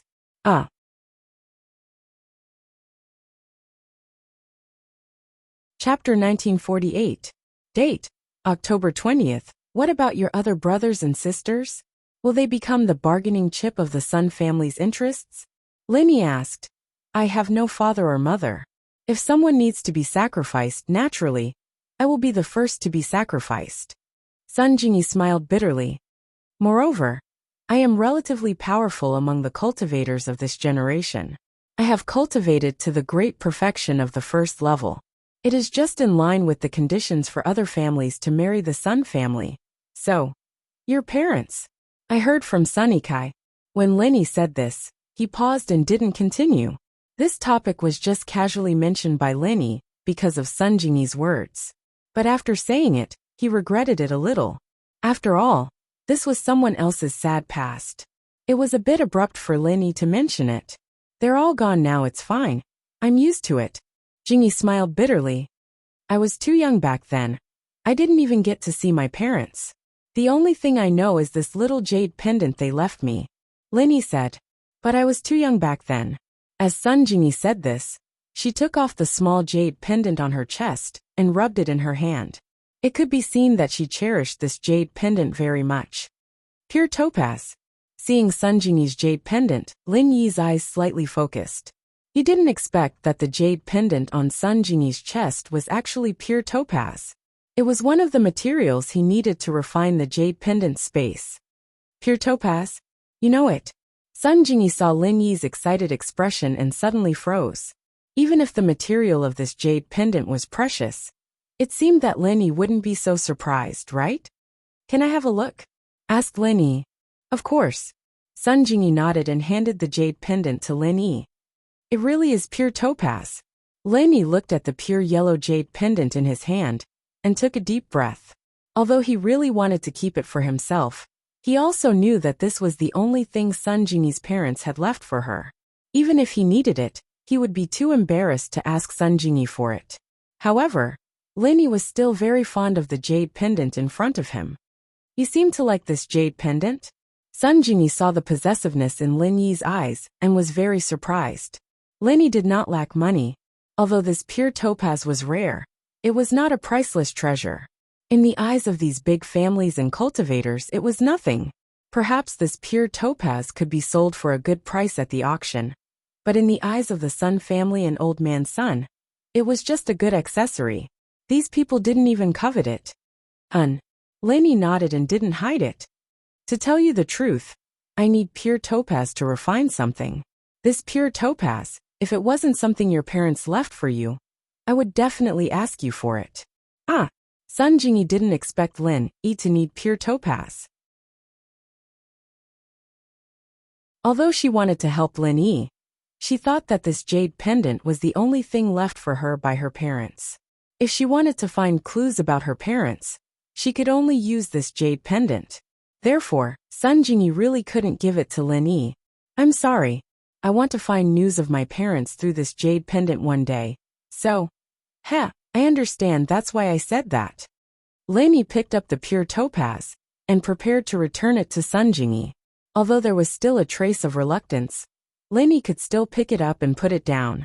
However, when Lin Yi just wanted to return the jade pendant to Sun Jingyi, he couldn't help but let out an sound.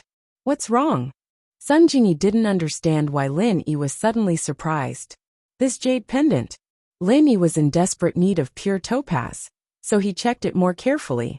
Just when he wanted to return it to Sun Jingyi, he suddenly found that there was a very small crack on this jade pendant. If it weren't for Lin Yi's sharp eyes and the direction of the light, it would be absolutely difficult to find it. What's wrong? Sun Jingyi looked at Lin Yi's strange face and asked quickly. This jade pendant seems to be two halves put together? Lin Yi put the jade pendant in front of his eyes and carefully observed it for a long time before saying so. Put together? Sun Jingyi was slightly stunned. She quickly moved her head over and followed Lin Yi's gaze to the jade pendant. She couldn't help but exclaim because on this jade pendant, there was indeed a small line. This line wasn't irregular, but it was straight, as if it was cut and then pasted back together. Sun Jingyi looked at the crack on the jade pendant in surprise. She even forgot her current position, and her face was close to Lin Yi's. It was a little ambiguous. It seems that it was really cut and then pieced back together, but it was done very carefully. It's not obvious. If I didn't desperately need pure topaz, I probably wouldn't be able to see it so carefully. Lin Yi said. This crack couldn't be seen without looking at it carefully against the light. This discovery surprised Sun Jingyi. It could be said that she grew up wearing this jade pendant. Although she often played with it, she didn't find the crack on this jade pendant. In Sun Jingyi's eyes, this should be a keepsake, so she didn't think that this jade pendant was two pieces stuck together. Then, why did he do this? Could it be that this jade pendant was broken before and repaired? Sun Jingyi also looked at the jade pendant in Lin Yi's hand strangely. I don't know, but the possibility of natural damage is relatively small. Even if this jade pendant is broken, it is impossible to fall into such a neat two halves. Moreover, this crack is in the middle of the side of the jade pendant. How powerful is this to have such an effect? Lin Yi shook his head and denied Sun Jingyi's guess. So you're saying that it's man-made? Jingyi asked. It's very likely, but I don't know why it was done. Linny said, but I have a speculation. What speculation? Sun Jingyi asked anxiously. It was related to the news of her parents. She was naturally very anxious. If I guess correctly, there should be something in this jade pendant. Linny said. This jade pendant was cut by a superb method, and then repaired together. Maybe something was placed in this jade pendant. Ah, so, there may be something left for me by my parents. Sun Jingyi listened to Lin Yi's words, and suddenly became a little excited. Of course, this is just my speculation. Lin Yi smiled bitterly. Moreover, this jade pendant is broken. Obviously, it is not easy to repair. But, I really don't want your pure topaz. Lin Yi's words caused Sun Jingyi to roll her eyes. Of course, I know you don't. If you explain like this, it seems like you are exposing yourself.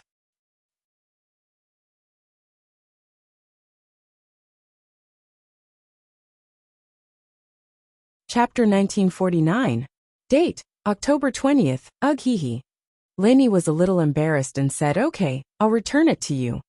As Lin Yi spoke, he turned his head and saw Sun Jingyi's neckline. He saw a touch of spring inside, because when Sun Jingyi took off the jade pendant, she unbuttoned a button on her shirt, so the spring inside the neckline could be easily seen. My chest is better than the jade pendant. Sun Jingyi took the jade pendant, but she saw Lin Yi's lustful gaze. However, what surprised Sun Jingyi was that she didn't feel disgusted with Lin Yi's gaze, so she couldn't help but tease. This, Lin Yi was exposed by Sun Jingyi, and he was very embarrassed. He laughed and said, they are all very good. Which one is the prettiest? Jingyi asked, not giving up. You are the best. Lin Yi smiled. He and Sun Jingyi were together. From the beginning, they had been joking all the way until now. There were no taboos, so they could let it go. That's more like it. You have good taste as a lover. Sun Jingyi snorted. You help me crush this jade pendant. If there is really something inside, I'll give this jade pendant to you. I only want the thing inside. Jingyi, I'm just saying. You don't have to worry about it. This is something your parents left for you. How can I destroy it and ask for it? Lin Yi said sternly.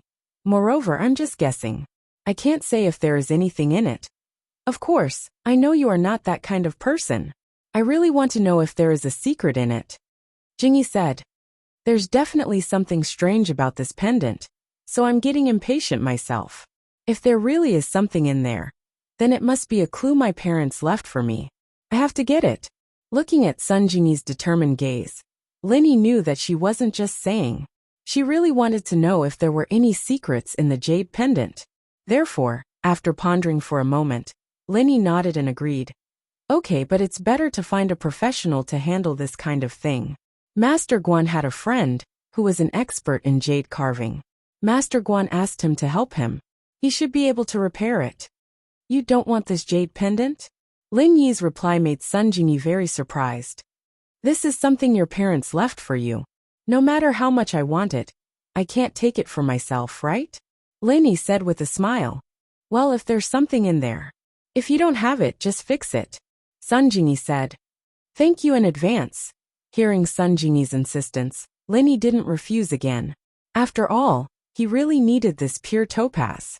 In Sun Jingyi's home, Lin Yi first called Guan Xuemin and asked him to give him the address of his old friend. Xuemin naturally told Lin Yi where his old friend lived without hesitation. He'd told the old friend that he had a friend who was both a teacher and a friend coming to visit, and that he needed Xuemin's help. After calling Guan Xuemin, Lin Yi called Bai Weitua. If he went to visit Guan Xuemin's old friend tonight, he might not be able to make it back to Shueshing tomorrow. He asked Bai Weitua to help him ask Boss Bai for half a day off. Bai Weitua already knew that Lin Yi had passed Boss Bai's test. So for Lin Yi's leave, Bai Weitua didn't hesitate to agree. Otherwise, without Boss Bai's permission, even if he was the class monitor, he wouldn't dare to simply agree. Let's go, we'll visit Mr. Liu tonight, Lin Yi said to Sun Jingyi after the phone call. Alright, Jingyi was very impatient as well.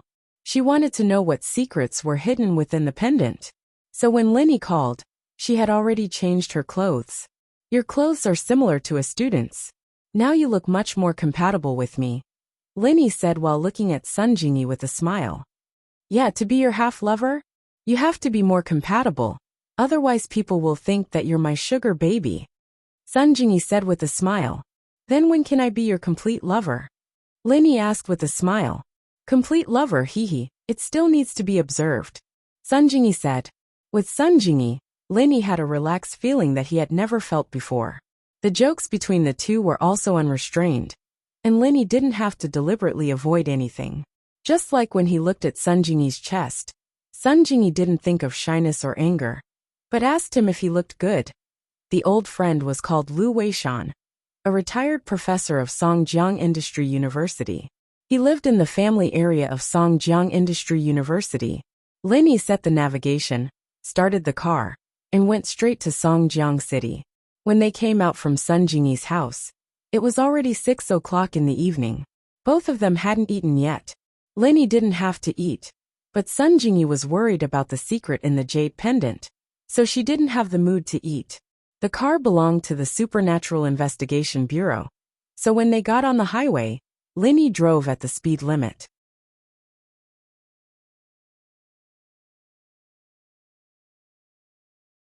Chapter 1950. Date: October 20th. Looking at the disappearing Jeep Cherokee, the young man started to slow down. He knew he couldn't overtake it anymore. On a professional track, with the car's performance, overtaking the Jeep Cherokee shouldn't be a problem, but not here. No, I can't catch up. How can a Jeep drive so fast? Is he crazy? The young man frowned. He couldn't understand. Who was this person? It wasn't a professional sports car, but an off-road vehicle could reach 300 kilometers per hour. It was unbelievable. Bro, if that person represented our family in the competition, would our family gain more benefits in the upcoming Hidden House Summit? The young man wasn't thinking about how the Jeep could go so fast. He was thinking about the bigger picture. Yeah, if we let this person compete, we might win. The young man's eyes lit up. But we don't know his identity. We'll get someone to get the surveillance footage from the toll station and check the owner.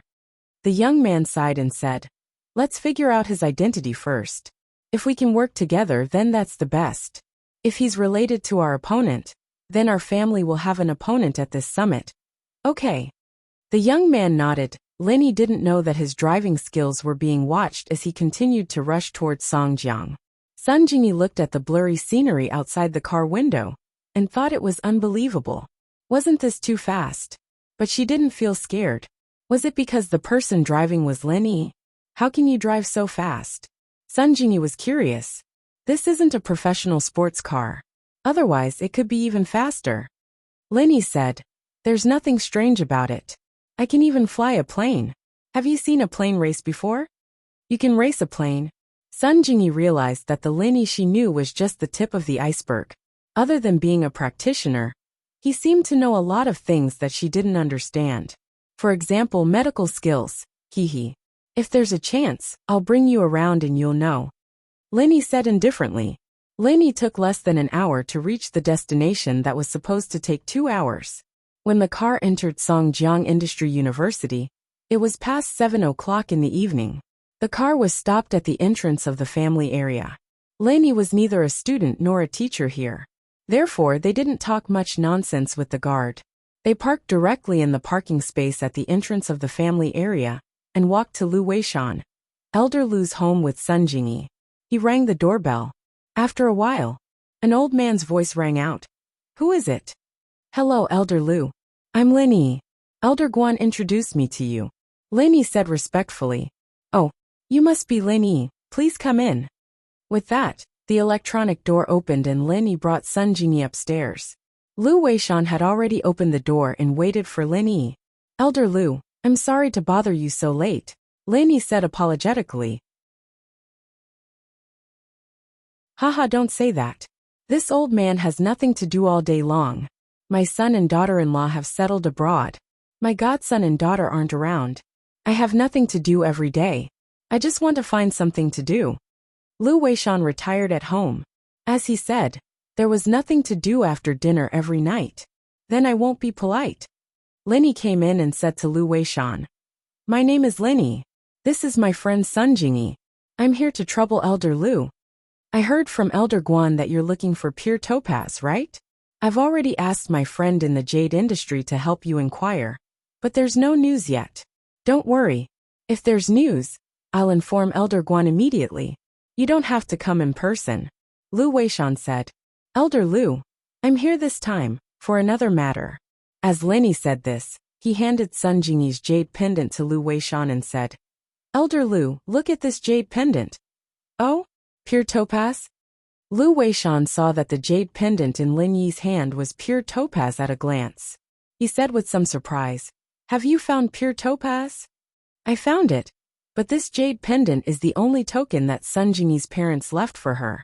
As Lin Yi said this, he couldn't help but feel a little embarrassed. I understand. Lu Weishan smiled slightly. Then what do you want to do with this jade pendant?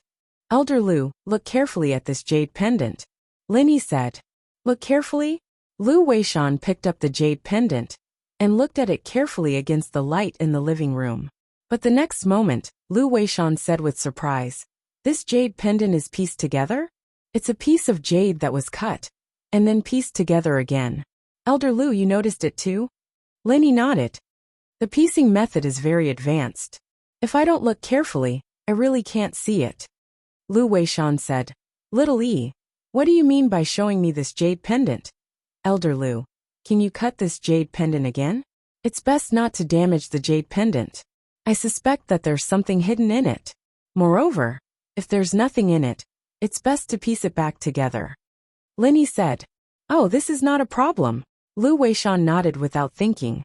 Obviously, this matter was not difficult for Lu Weishan. Lin Yi and Sun Jingyi were delighted after listening to Lu Weishan's words. They didn't expect such a complicated craft to be no problem in Lu Weishan's eyes. Old man, what are you doing? There are guests in the house. Why are you still standing at the door? While talking, an old lady with a kind face came over. Obviously, she was Lu Weishan's wife. Hee, I forgot to enter the house when I was talking at the door.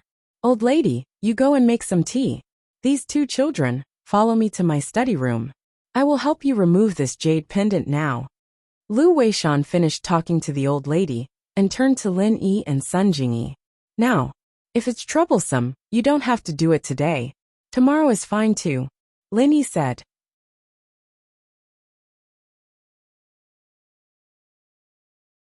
It's okay. I'm idle now anyway. Lu Weishan waved his hand and said, I still want to find something to do. Hearing Lu Weishan's insistence, Lin Yi didn't say anything else. Perhaps Lu Weishan really couldn't stay idle. Looking at his energetic appearance, Lin Yi knew that he was in good health. Lin Yi wasn't afraid that he would be too tired from working at night. In the study room, Lu Weishan sat on the workbench skillfully. He put the jade pendant under the microscope and observed the lines on it. Lin Yi and Sun Jingyi didn't dare to disturb him. They sat on the sofa and waited quietly.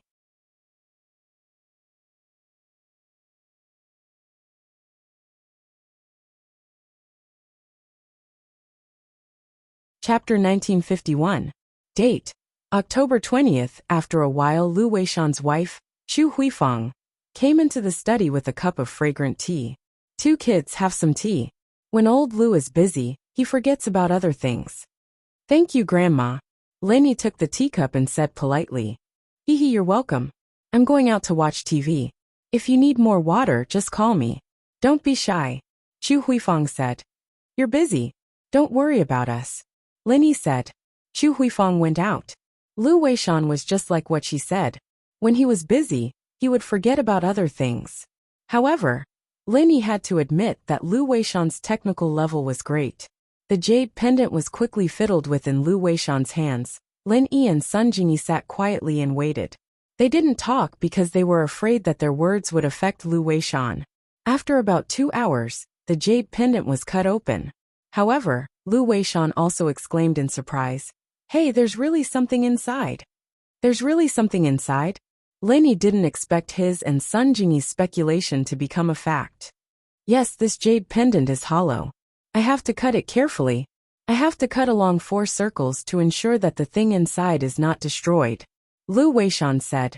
But it's more difficult to do so. It may not be completed in a day or two. Don't bother. Sun Jingyi suddenly said. Elder Lu, since there's something inside, it's fine as long as the thing inside is intact. It doesn't matter if the jade pendant outside is destroyed. Since Sun Jingyi already knew that there was something inside the jade pendant, then the jade pendant was not so important.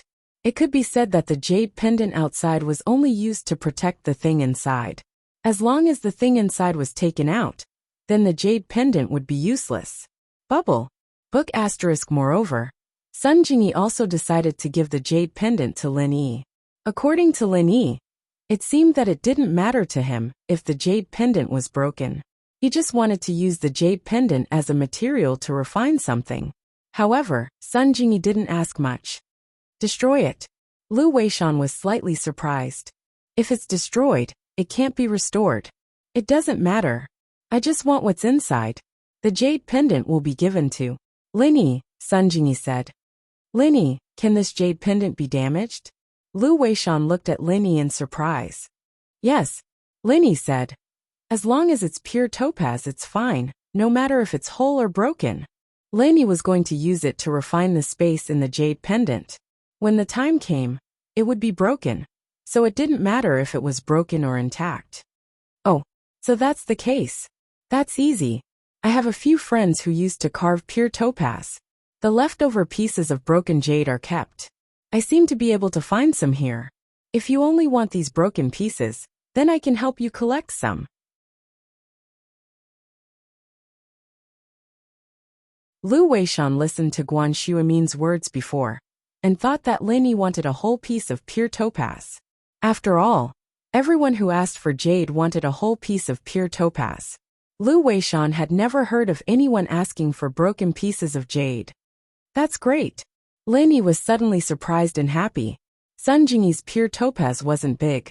Lin Yi was afraid that it couldn't meet the refining conditions of the jade pendant. After all, Lin Yi had a qigong deviation, because he replaced the body-tempering medicine last time.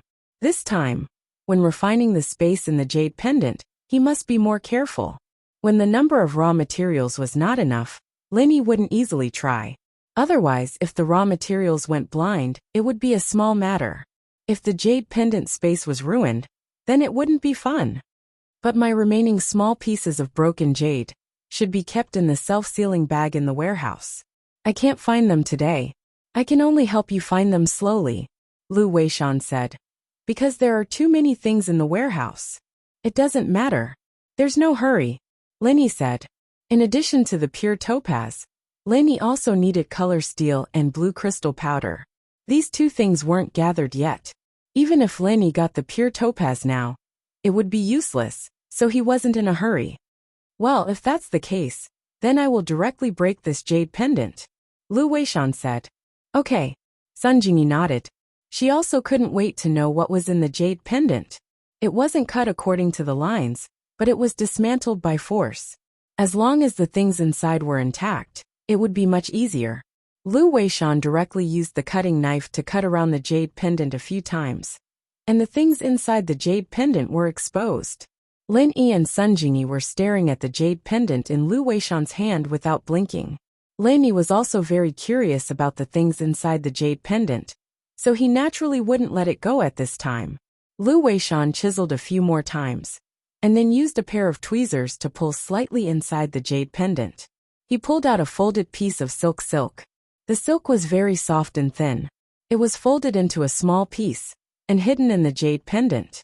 If it wasn't for Lin Yi's accidental discovery, perhaps this piece of silk would have stayed in the jade pendant for a long time.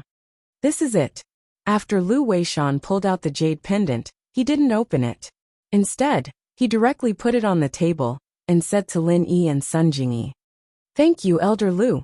Lin Yi quickly thanked him. It could be seen that Lu Weishan was an upright person. He didn't seem to have any interest in the content of the jade pendant. Instead, he turned to collect the pure topaz that was cut into small pieces on the workbench. "It's nothing. It's just a piece of cake," Lu Weishan said indifferently. "Jingyi, open it and take a look," Lin Yi said.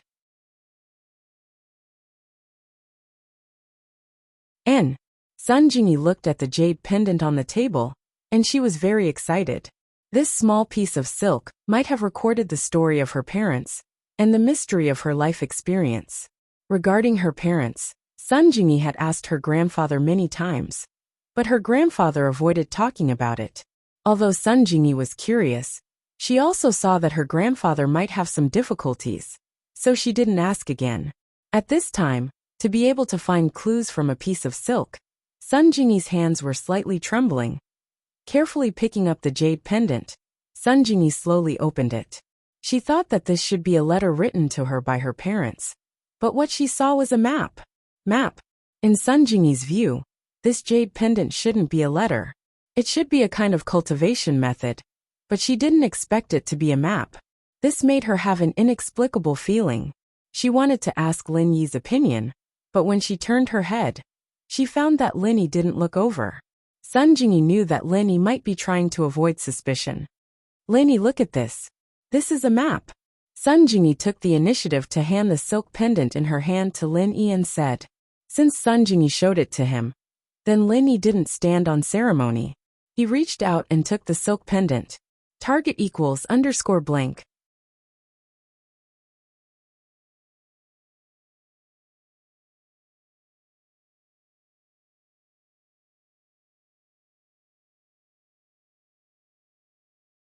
Chapter 1952. As expected, a map came into view, but the next moment, Lin Yi's face turned into an expression of extreme shock. "This map!" Lin Yi exclaimed subconsciously. "What's wrong? Is there something wrong with this map?" Sun Jingyi asked curiously. "This map, didn't you notice? It's only half of the map, not the whole." Lin Yi pointed at the edge of the map and said to Sun Jingyi, "As expected, this map is half." Sun Jingyi looked at where Lin Yi was pointing and saw that the edge of the map wasn't finished, as if it had been cut neatly.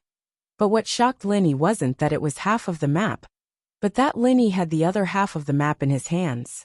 After the test, Lin Yi and Zhao Qikuan met a crazy weirdo in a cave, and he was the one who gave Lin Yi the map. The same material, the same drawing style, the same color. Lin Yi was completely sure that the half of the map in his hands was originally a whole map, and then it was cut in the middle. Lin Yi, why is your face so weird?" Sun Jingyi looked at Lin Yi and asked curiously. "It's not that my face is weird, but..." Lin Yi couldn't help but smile bitterly, hesitating. After all, the map wasn't his. It could be said that the weirdo had left it in his hands. But now, he was sure that the weirdo had some sort of connection with Sun Jingyi's parents. Could it be that Sun Jingyi's parents were the weirdo's disciples? Otherwise, why would Sun Jingyi have that half of the map? And the weirdo had said that the other half of the map was in the hands of his disciple.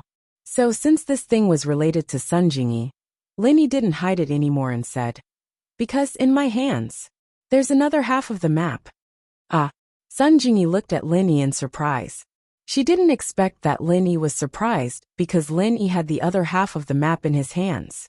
This answer left her at a loss. Lin Yi had the map. Where did his map come from? "He knew my parents." "I will explain this to you slowly. The map is not with me. It is in Donghu's villa," Lin Yi said. "I will find it for you after I go back." Okay. Sun Jingyi felt that it was a little unbelievable. She had just found half of the map in the jade pendant, and the other half appeared in Lin Yi's hands. Wasn't this too much of a coincidence? However, when he thought about it, he was quite lucky. If this map was in the hands of someone else, it would be impossible for them to return it to him so easily. However, Lin Yi didn't seem to have any intention of keeping it for himself. "Okay, it's all collected." Lu Weishan smiled and handed a self-sealing bag to Lin Yi and said, "I will pay attention to the other pure topaz broken jade for you. As for this map, I won't participate." "Thank you, Elder Lu." Lin Yi quickly took the self-sealing bag. He said with surprise and joy, "Well, it's getting late. You should go back early. I think you have more important things to do." Lu Weishan said, "I won't keep you."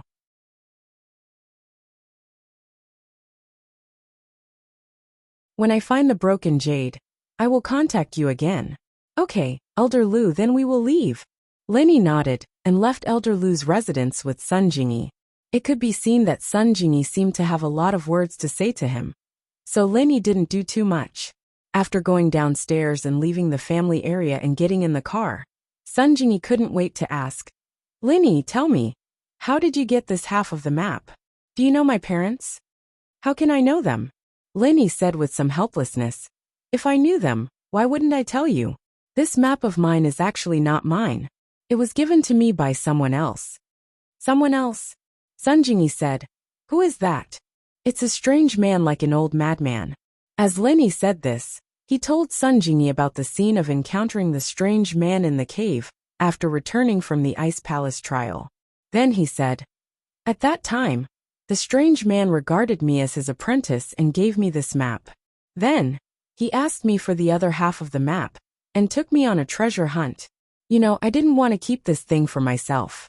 I wanted to find a chance to return it to him, but he ran away in the middle of the night. So, the apprentice of the strange man may be my father?"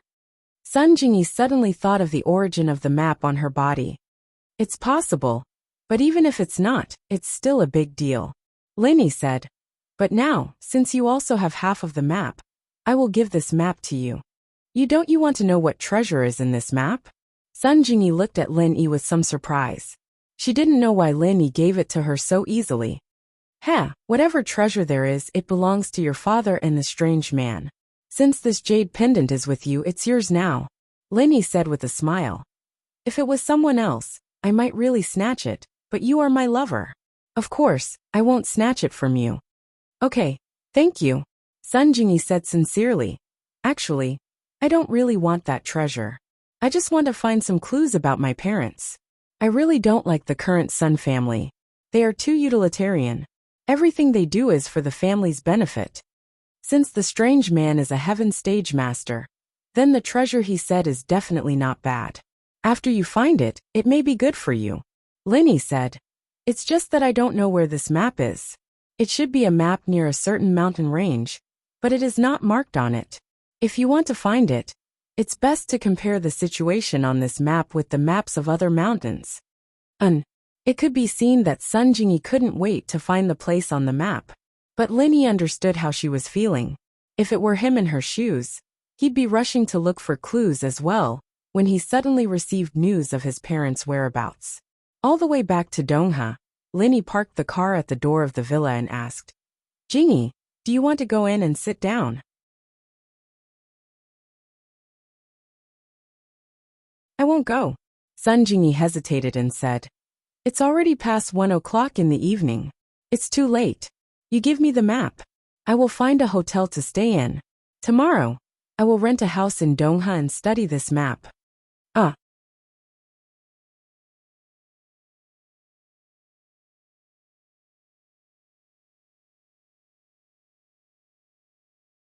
Chapter 1953.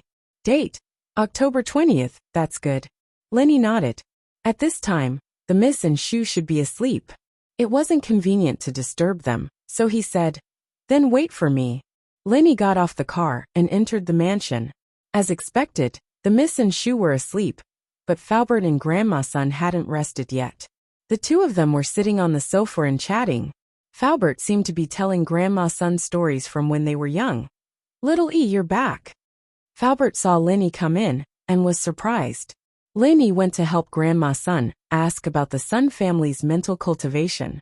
Faubert was naturally happy to see him back. Although Faubert didn't think that Linny would come back on the same day, he still waited for Lin E with Grandma Sun until it was very late. Moreover, they were also talking about things from when they were young. As they chatted, they lost track of time. In the blink of an eye, it was already 1 o'clock. "And Faubert, you guys haven't slept yet?" Linny was a little surprised. "Not yet. How is it, Little E, about Luo Yin?" Although Faubert felt that it wasn't good for Lin E to ask him about these things when he just got home, he still asked because he was worried about Grandma Sunday. It's done. But there's something I need to do now. Wait for me for a while, we'll talk when I come back." Linny smiled. "Okay."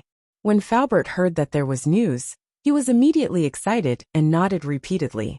Grandma Sun's eyes also flashed a trace of anticipation. Before, Faubert told her so many things from the past, but she couldn't remember anything. This feeling was very uncomfortable. If Linny could help her recover her memory, It would be really great. Lenny returned to the room and found the half of the map from the cabinet in the room. Then, he quickly left the mansion and went to the car. He said to Sun Jingyi, "This is it. Take a look and see if it's one of them." Sun Jingyi excitedly took the half of the map that Lenny handed over and put it together with the half in her hand. The result was exactly the same as before. It really is a. Jingyi's breathing quickened as she looked at the map in her hands. Perhaps this map would be able to help them. He would be able to find clues about his parents. "Let me send you to the hotel. You can study it slowly when the time comes," Lenny said with a smile as he looked at Sun Jingyi, who was engrossed in the map. I'm sorry, I was a little anxious," Sun Jingyi quickly said. "It's nothing if it were me. It will be the same." Lenny shook his head and started the car. There was a 3-star hotel nearby called Shueshang Hotel. It was developed by the same developer as Shueshang District, and the environment was not bad. The price was not expensive. Of course, this hotel was targeted at young couples. If the price was too expensive, ordinary people would not be able to afford it.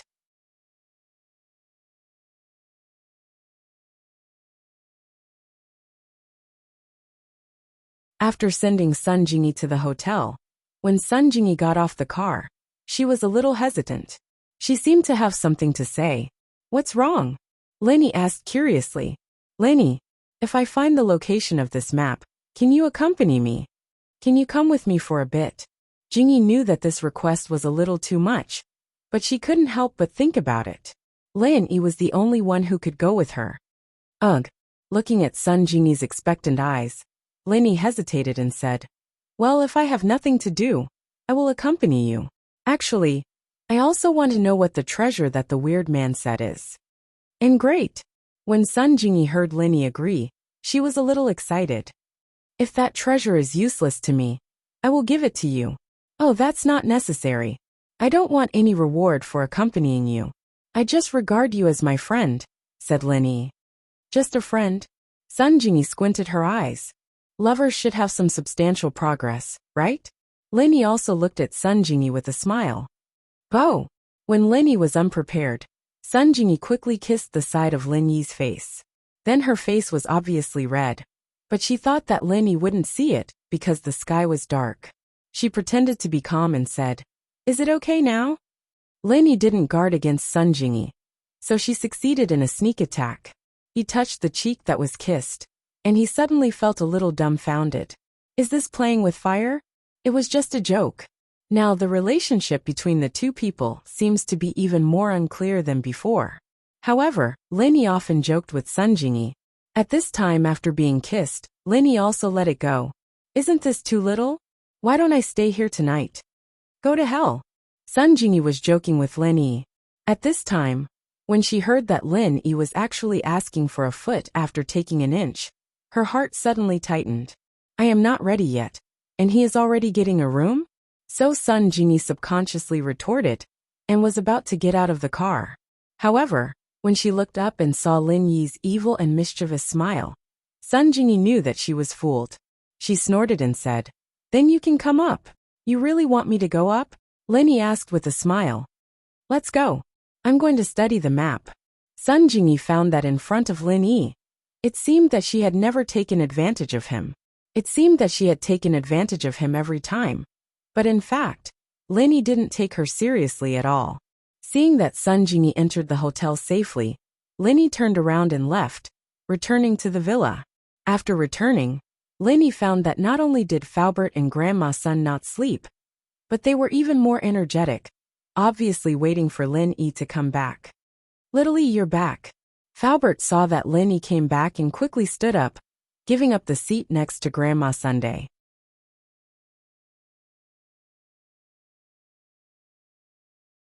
Seeing Faubert's nervous look, Lin Yi didn't know what to say, but he also understood Faubert's mood, smiled and said, "Faubert, don't worry.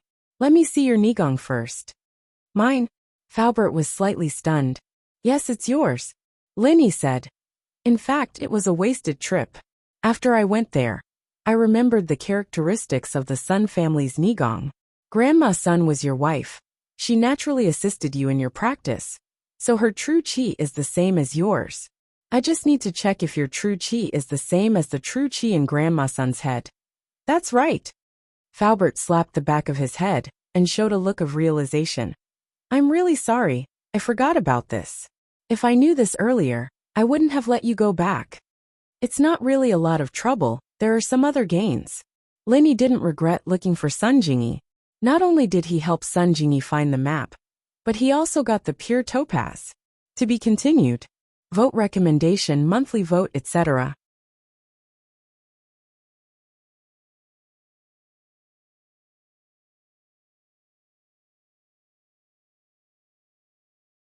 Chapter 1954. Date: October 20th. How was this a little gain? It could be said that it was a great gain. Of course, there were some secrets that even Falbert and Linny couldn't say. About the jade space, Linny couldn't reveal it to anyone yet. It wasn't that Linny didn't trust them, but it was because Lin Yi's strength hadn't reached that level yet. If Lin Yi was a peak late-stage heaven-class master now, he wouldn't have hidden it from Falbert. Then hurry up and check. Falbert quickly reached out his hand and said, Okay. Seeing Falbert's anxious look, Linny didn't say anything more and directly checked Falbert's chi. After a while, Lin Yi's face showed a satisfied look and said, There's no mistake, it's the chi in Grandma Sun's head. Then, can I help her get rid of the true chi? Expelling Chapter 1966. Very dejected? Falbert was surprised and happy after hearing Lin Yi's words. He was most worried that the chi in Sun Luo's head was caused by an enemy. If there were any malicious tricks, it would be troublesome. But now it seemed that this was unnecessary. There are two ways. One is for me to force Grandma Sun's chi out of her body. Although this method is feasible, I'm not very proficient in it yet. Linny said honestly. The second level of the art of dragon mastery, Linny could only describe it as relatively smooth, but he was still far from being proficient in it. Linny also needed a lot of effort to force out his own fire chi. Now that he was using it on Grandma Sun, Linny really didn't have much confidence. What about the second method? Falbert quickly asked. The second method is more certain. There won't be any danger, but the effect may be slower. It's not something that can be done overnight. Linny said. That is to let Grandma Sun recultivate the Sun family's internal energy cultivation method. Once Grandma Sun successfully cultivates it, she will be able to dissolve the internal energy on her own. Chapter 1966. Very depressing. Then let's go with the second option. Li Fu said after some hesitation, choosing the second option without hesitation. After all, this method would definitely not be dangerous. Although it was a little slow, Falbert had waited for so many years. A little more time would not make a difference. If the first method went wrong, it would be too late for regrets. Actually, I also suggest using the second method. Linny said. I've already got the Sun family's mental cultivation method. It's in my phone. I'll forward it to you later. But although this mental cultivation method was practiced by Grandma Sun before, it's best not to spread it. After all, I got it from Sun Jingyi. I understand. Falbert nodded and said, Even if you don't say it, I won't casually say it. After all, this involves the enemies of the past. If they know that Luo Yin and I are not dead, they will definitely come to the door again.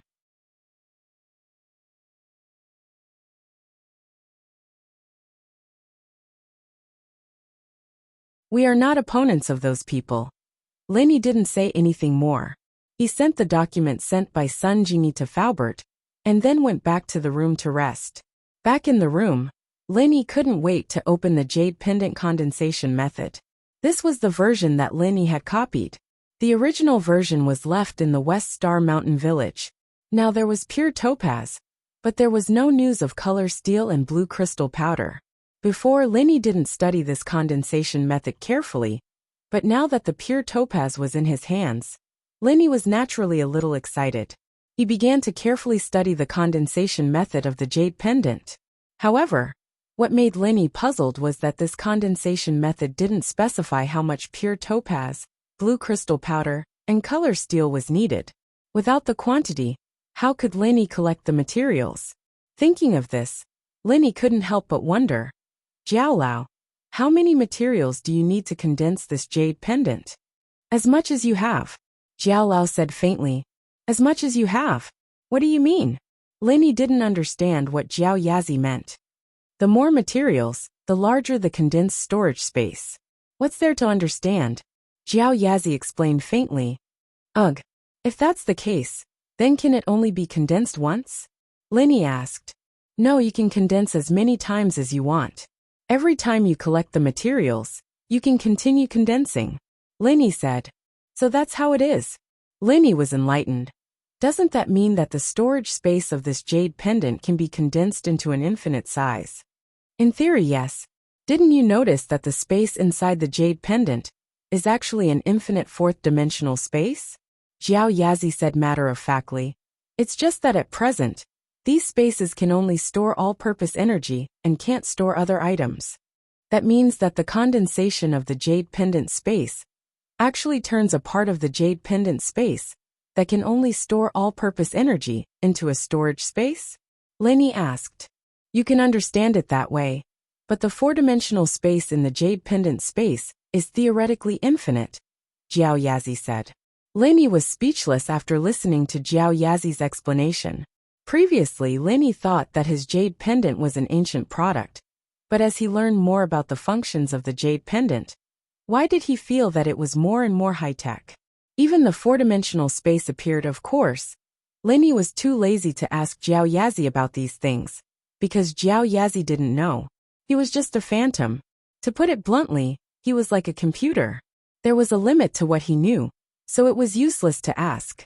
After putting away the pure yellow jade, Linny continued practicing the art of dragon mastery.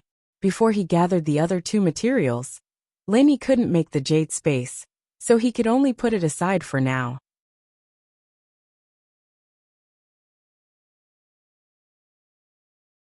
The next morning, Linny drove Mengyao and Yushu to school. While Faubert stayed at home to train with Grandma Sunday Lin, he felt a gloomy atmosphere when he came to the dorm. Everyone seemed to be in low spirits, and Bai Weidua looked like he had lost a lot of money. What's wrong with you guys? Was there a break-in yesterday? Linny looked at the three people in front of him, confused. Lin bro, you're back? Bai Weitua's eyes lit up when he saw Lin Yi, but then dimmed. As far as he was concerned, Linny might be good at other things, but he wouldn't be of much help in the freshman party. Otherwise, Linny wouldn't be absent from the class rehearsals. It was obvious that he wasn't good at these things. I'm back, what's wrong with you guys? Linny didn't know what was going on. Geez, Lin bro, I'm really done for this time. Bai Weitua said with a sad face. That Zhang Duopan kid, it's just as you said, he actually played dirty.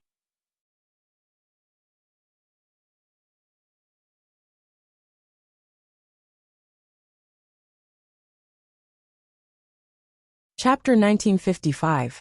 Date, October 20th. What's wrong with him? Linny frowned. For the freshman party, he actually invited a celebrity to be the lead singer. Although it's a celebrity who just debuted, he's quite famous in the country. With a celebrity as the host, I'm afraid the student council will have to give him some face, no matter what, and rank their performance. Bai Weitua said dejectedly. A celebrity came to our school's freshman party. If we don't rank them, it'll be too disrespectful. So what if he's a celebrity? Even if he doesn't sing well, he can still get a rank? Linny wasn't too interested in celebrities and said disapprovingly. Su Shirhan was nothing in front of him. In Lin Yi's eyes, she was just a pretty girl who could sing and dance. She wasn't even as attractive as Miss and Shu, let alone a celebrity who wasn't that famous. Let's not talk about the fact that Zhang Duopan's class is singing the celebrity's famous song. They already have an advantage. It's just the student council. They won't offend a celebrity over such a small matter. Bai Weidua had been in the school for a long time, so he knew the logic behind this. The student council sometimes organizes some charity events and invites some celebrities. They're all trying to get close to those celebrities, so why wouldn't they give them some face? Zhang Duopan must have a master guiding him from behind. That's why he came up with such a trick. Let's not talk about how my singing is just SOSO. Even if I sing well, I'm still no match for a celebrity. Oh, so you're saying that as long as it's a celebrity, they can get a rank? Linny understood what Bai Weitua meant. Of course. Of course, it can't be too bad. Bai Weitua said. Forget about those celebrities who are famous for disgusting people. Then why don't we invite a celebrity too? Linny said. I say, brother. It's not that easy to invite a celebrity. Zhang Duopan is a rich second generation. His family has a lot of money. His dad is a big boss, and his social connections are great. It's not a big deal to find a celebrity. But Bai Weitua shook his head. We might not be able to invite one even with money. Oh, leave it to me. I'll try. Linny thought for a moment and asked. If we invite a celebrity who is more famous than Zhang Duopan, will our ranking be higher? That's for sure. When the time comes, all the members of the student union will be in charge of voting and scoring. Although there is a celebrity effect, whoever is popular will have the highest number of votes. Bai Weitua said. I understand. Linny nodded. Boss, are you really going to invite a celebrity? Bai Weitua looked at Linny in surprise. He didn't expect Lin Yi to invite him just like that. He had a matter-of-fact look on his face, as if it was easy to invite a celebrity. Are you ready to give up on Himeiwa? Linny asked. Of course not. Bai Weitua shook his head and replied without thinking. That's it.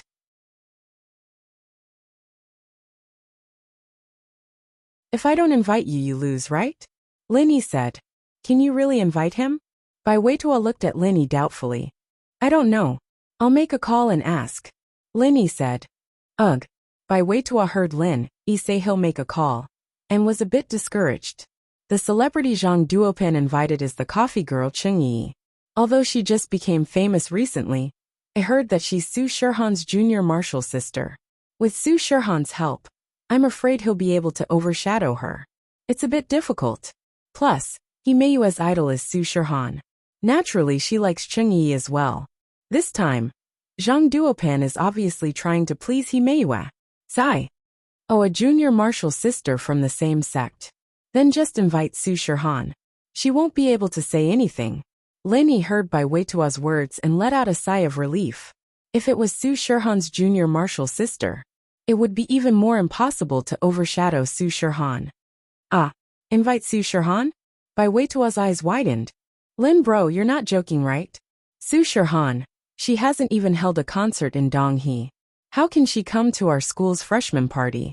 I don't know. Let's ask. Linny took out his phone. He started rummaging through the phone book. Bai Weitua, Zhao Xingji, and Song Xiaodao looked at Linny in disbelief. They couldn't understand. How did Linny know Su Shirhan? Or did he know other friends who knew Su Shirhan? The call went through. Su Shirhan didn't pick up for a long time. The number you have dialed is currently unavailable. Linny shook his head and hung up. Lin bro, how is it?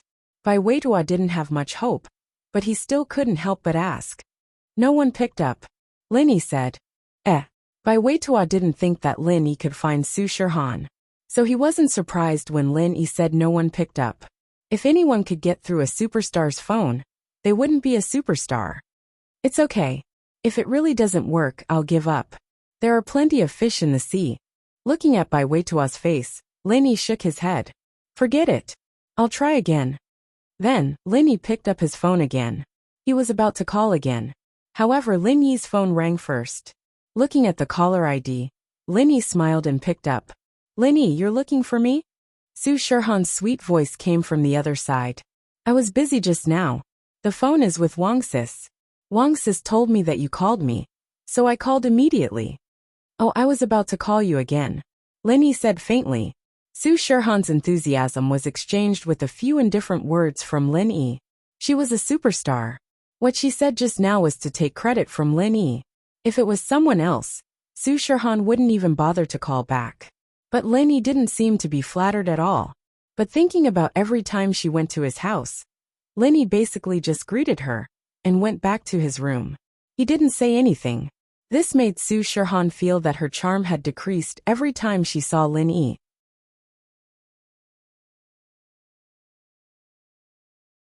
What's the matter? Su Shirhan said helplessly. Do you have time recently? Come and help me. Lin Yi said. Help? Sure. Even if I don't have time, you can find me. Su Shirhan was very grateful to Lin Yi. It was him who cured her headache. It was also him who saw through Yao Wang's plot. Otherwise, if she really took Yao Wang's medicine, the consequences would be unimaginable. Oh, there's a freshman party in our school. Come over and bring our classmates to perform. That's it, Linny said. To be continued. Recommendation votes, monthly votes. You're tuning in to the Li Mei Sword of Destiny YouTube channel. We're so grateful for your support. And don't forget to subscribe to join us on this incredible journey through captivating stories. Your generosity through donations truly makes a world of difference, as it's the primary source of revenue that allows me to expand and enhance this channel for you. Thank you from the bottom of my heart for being a part of this adventure.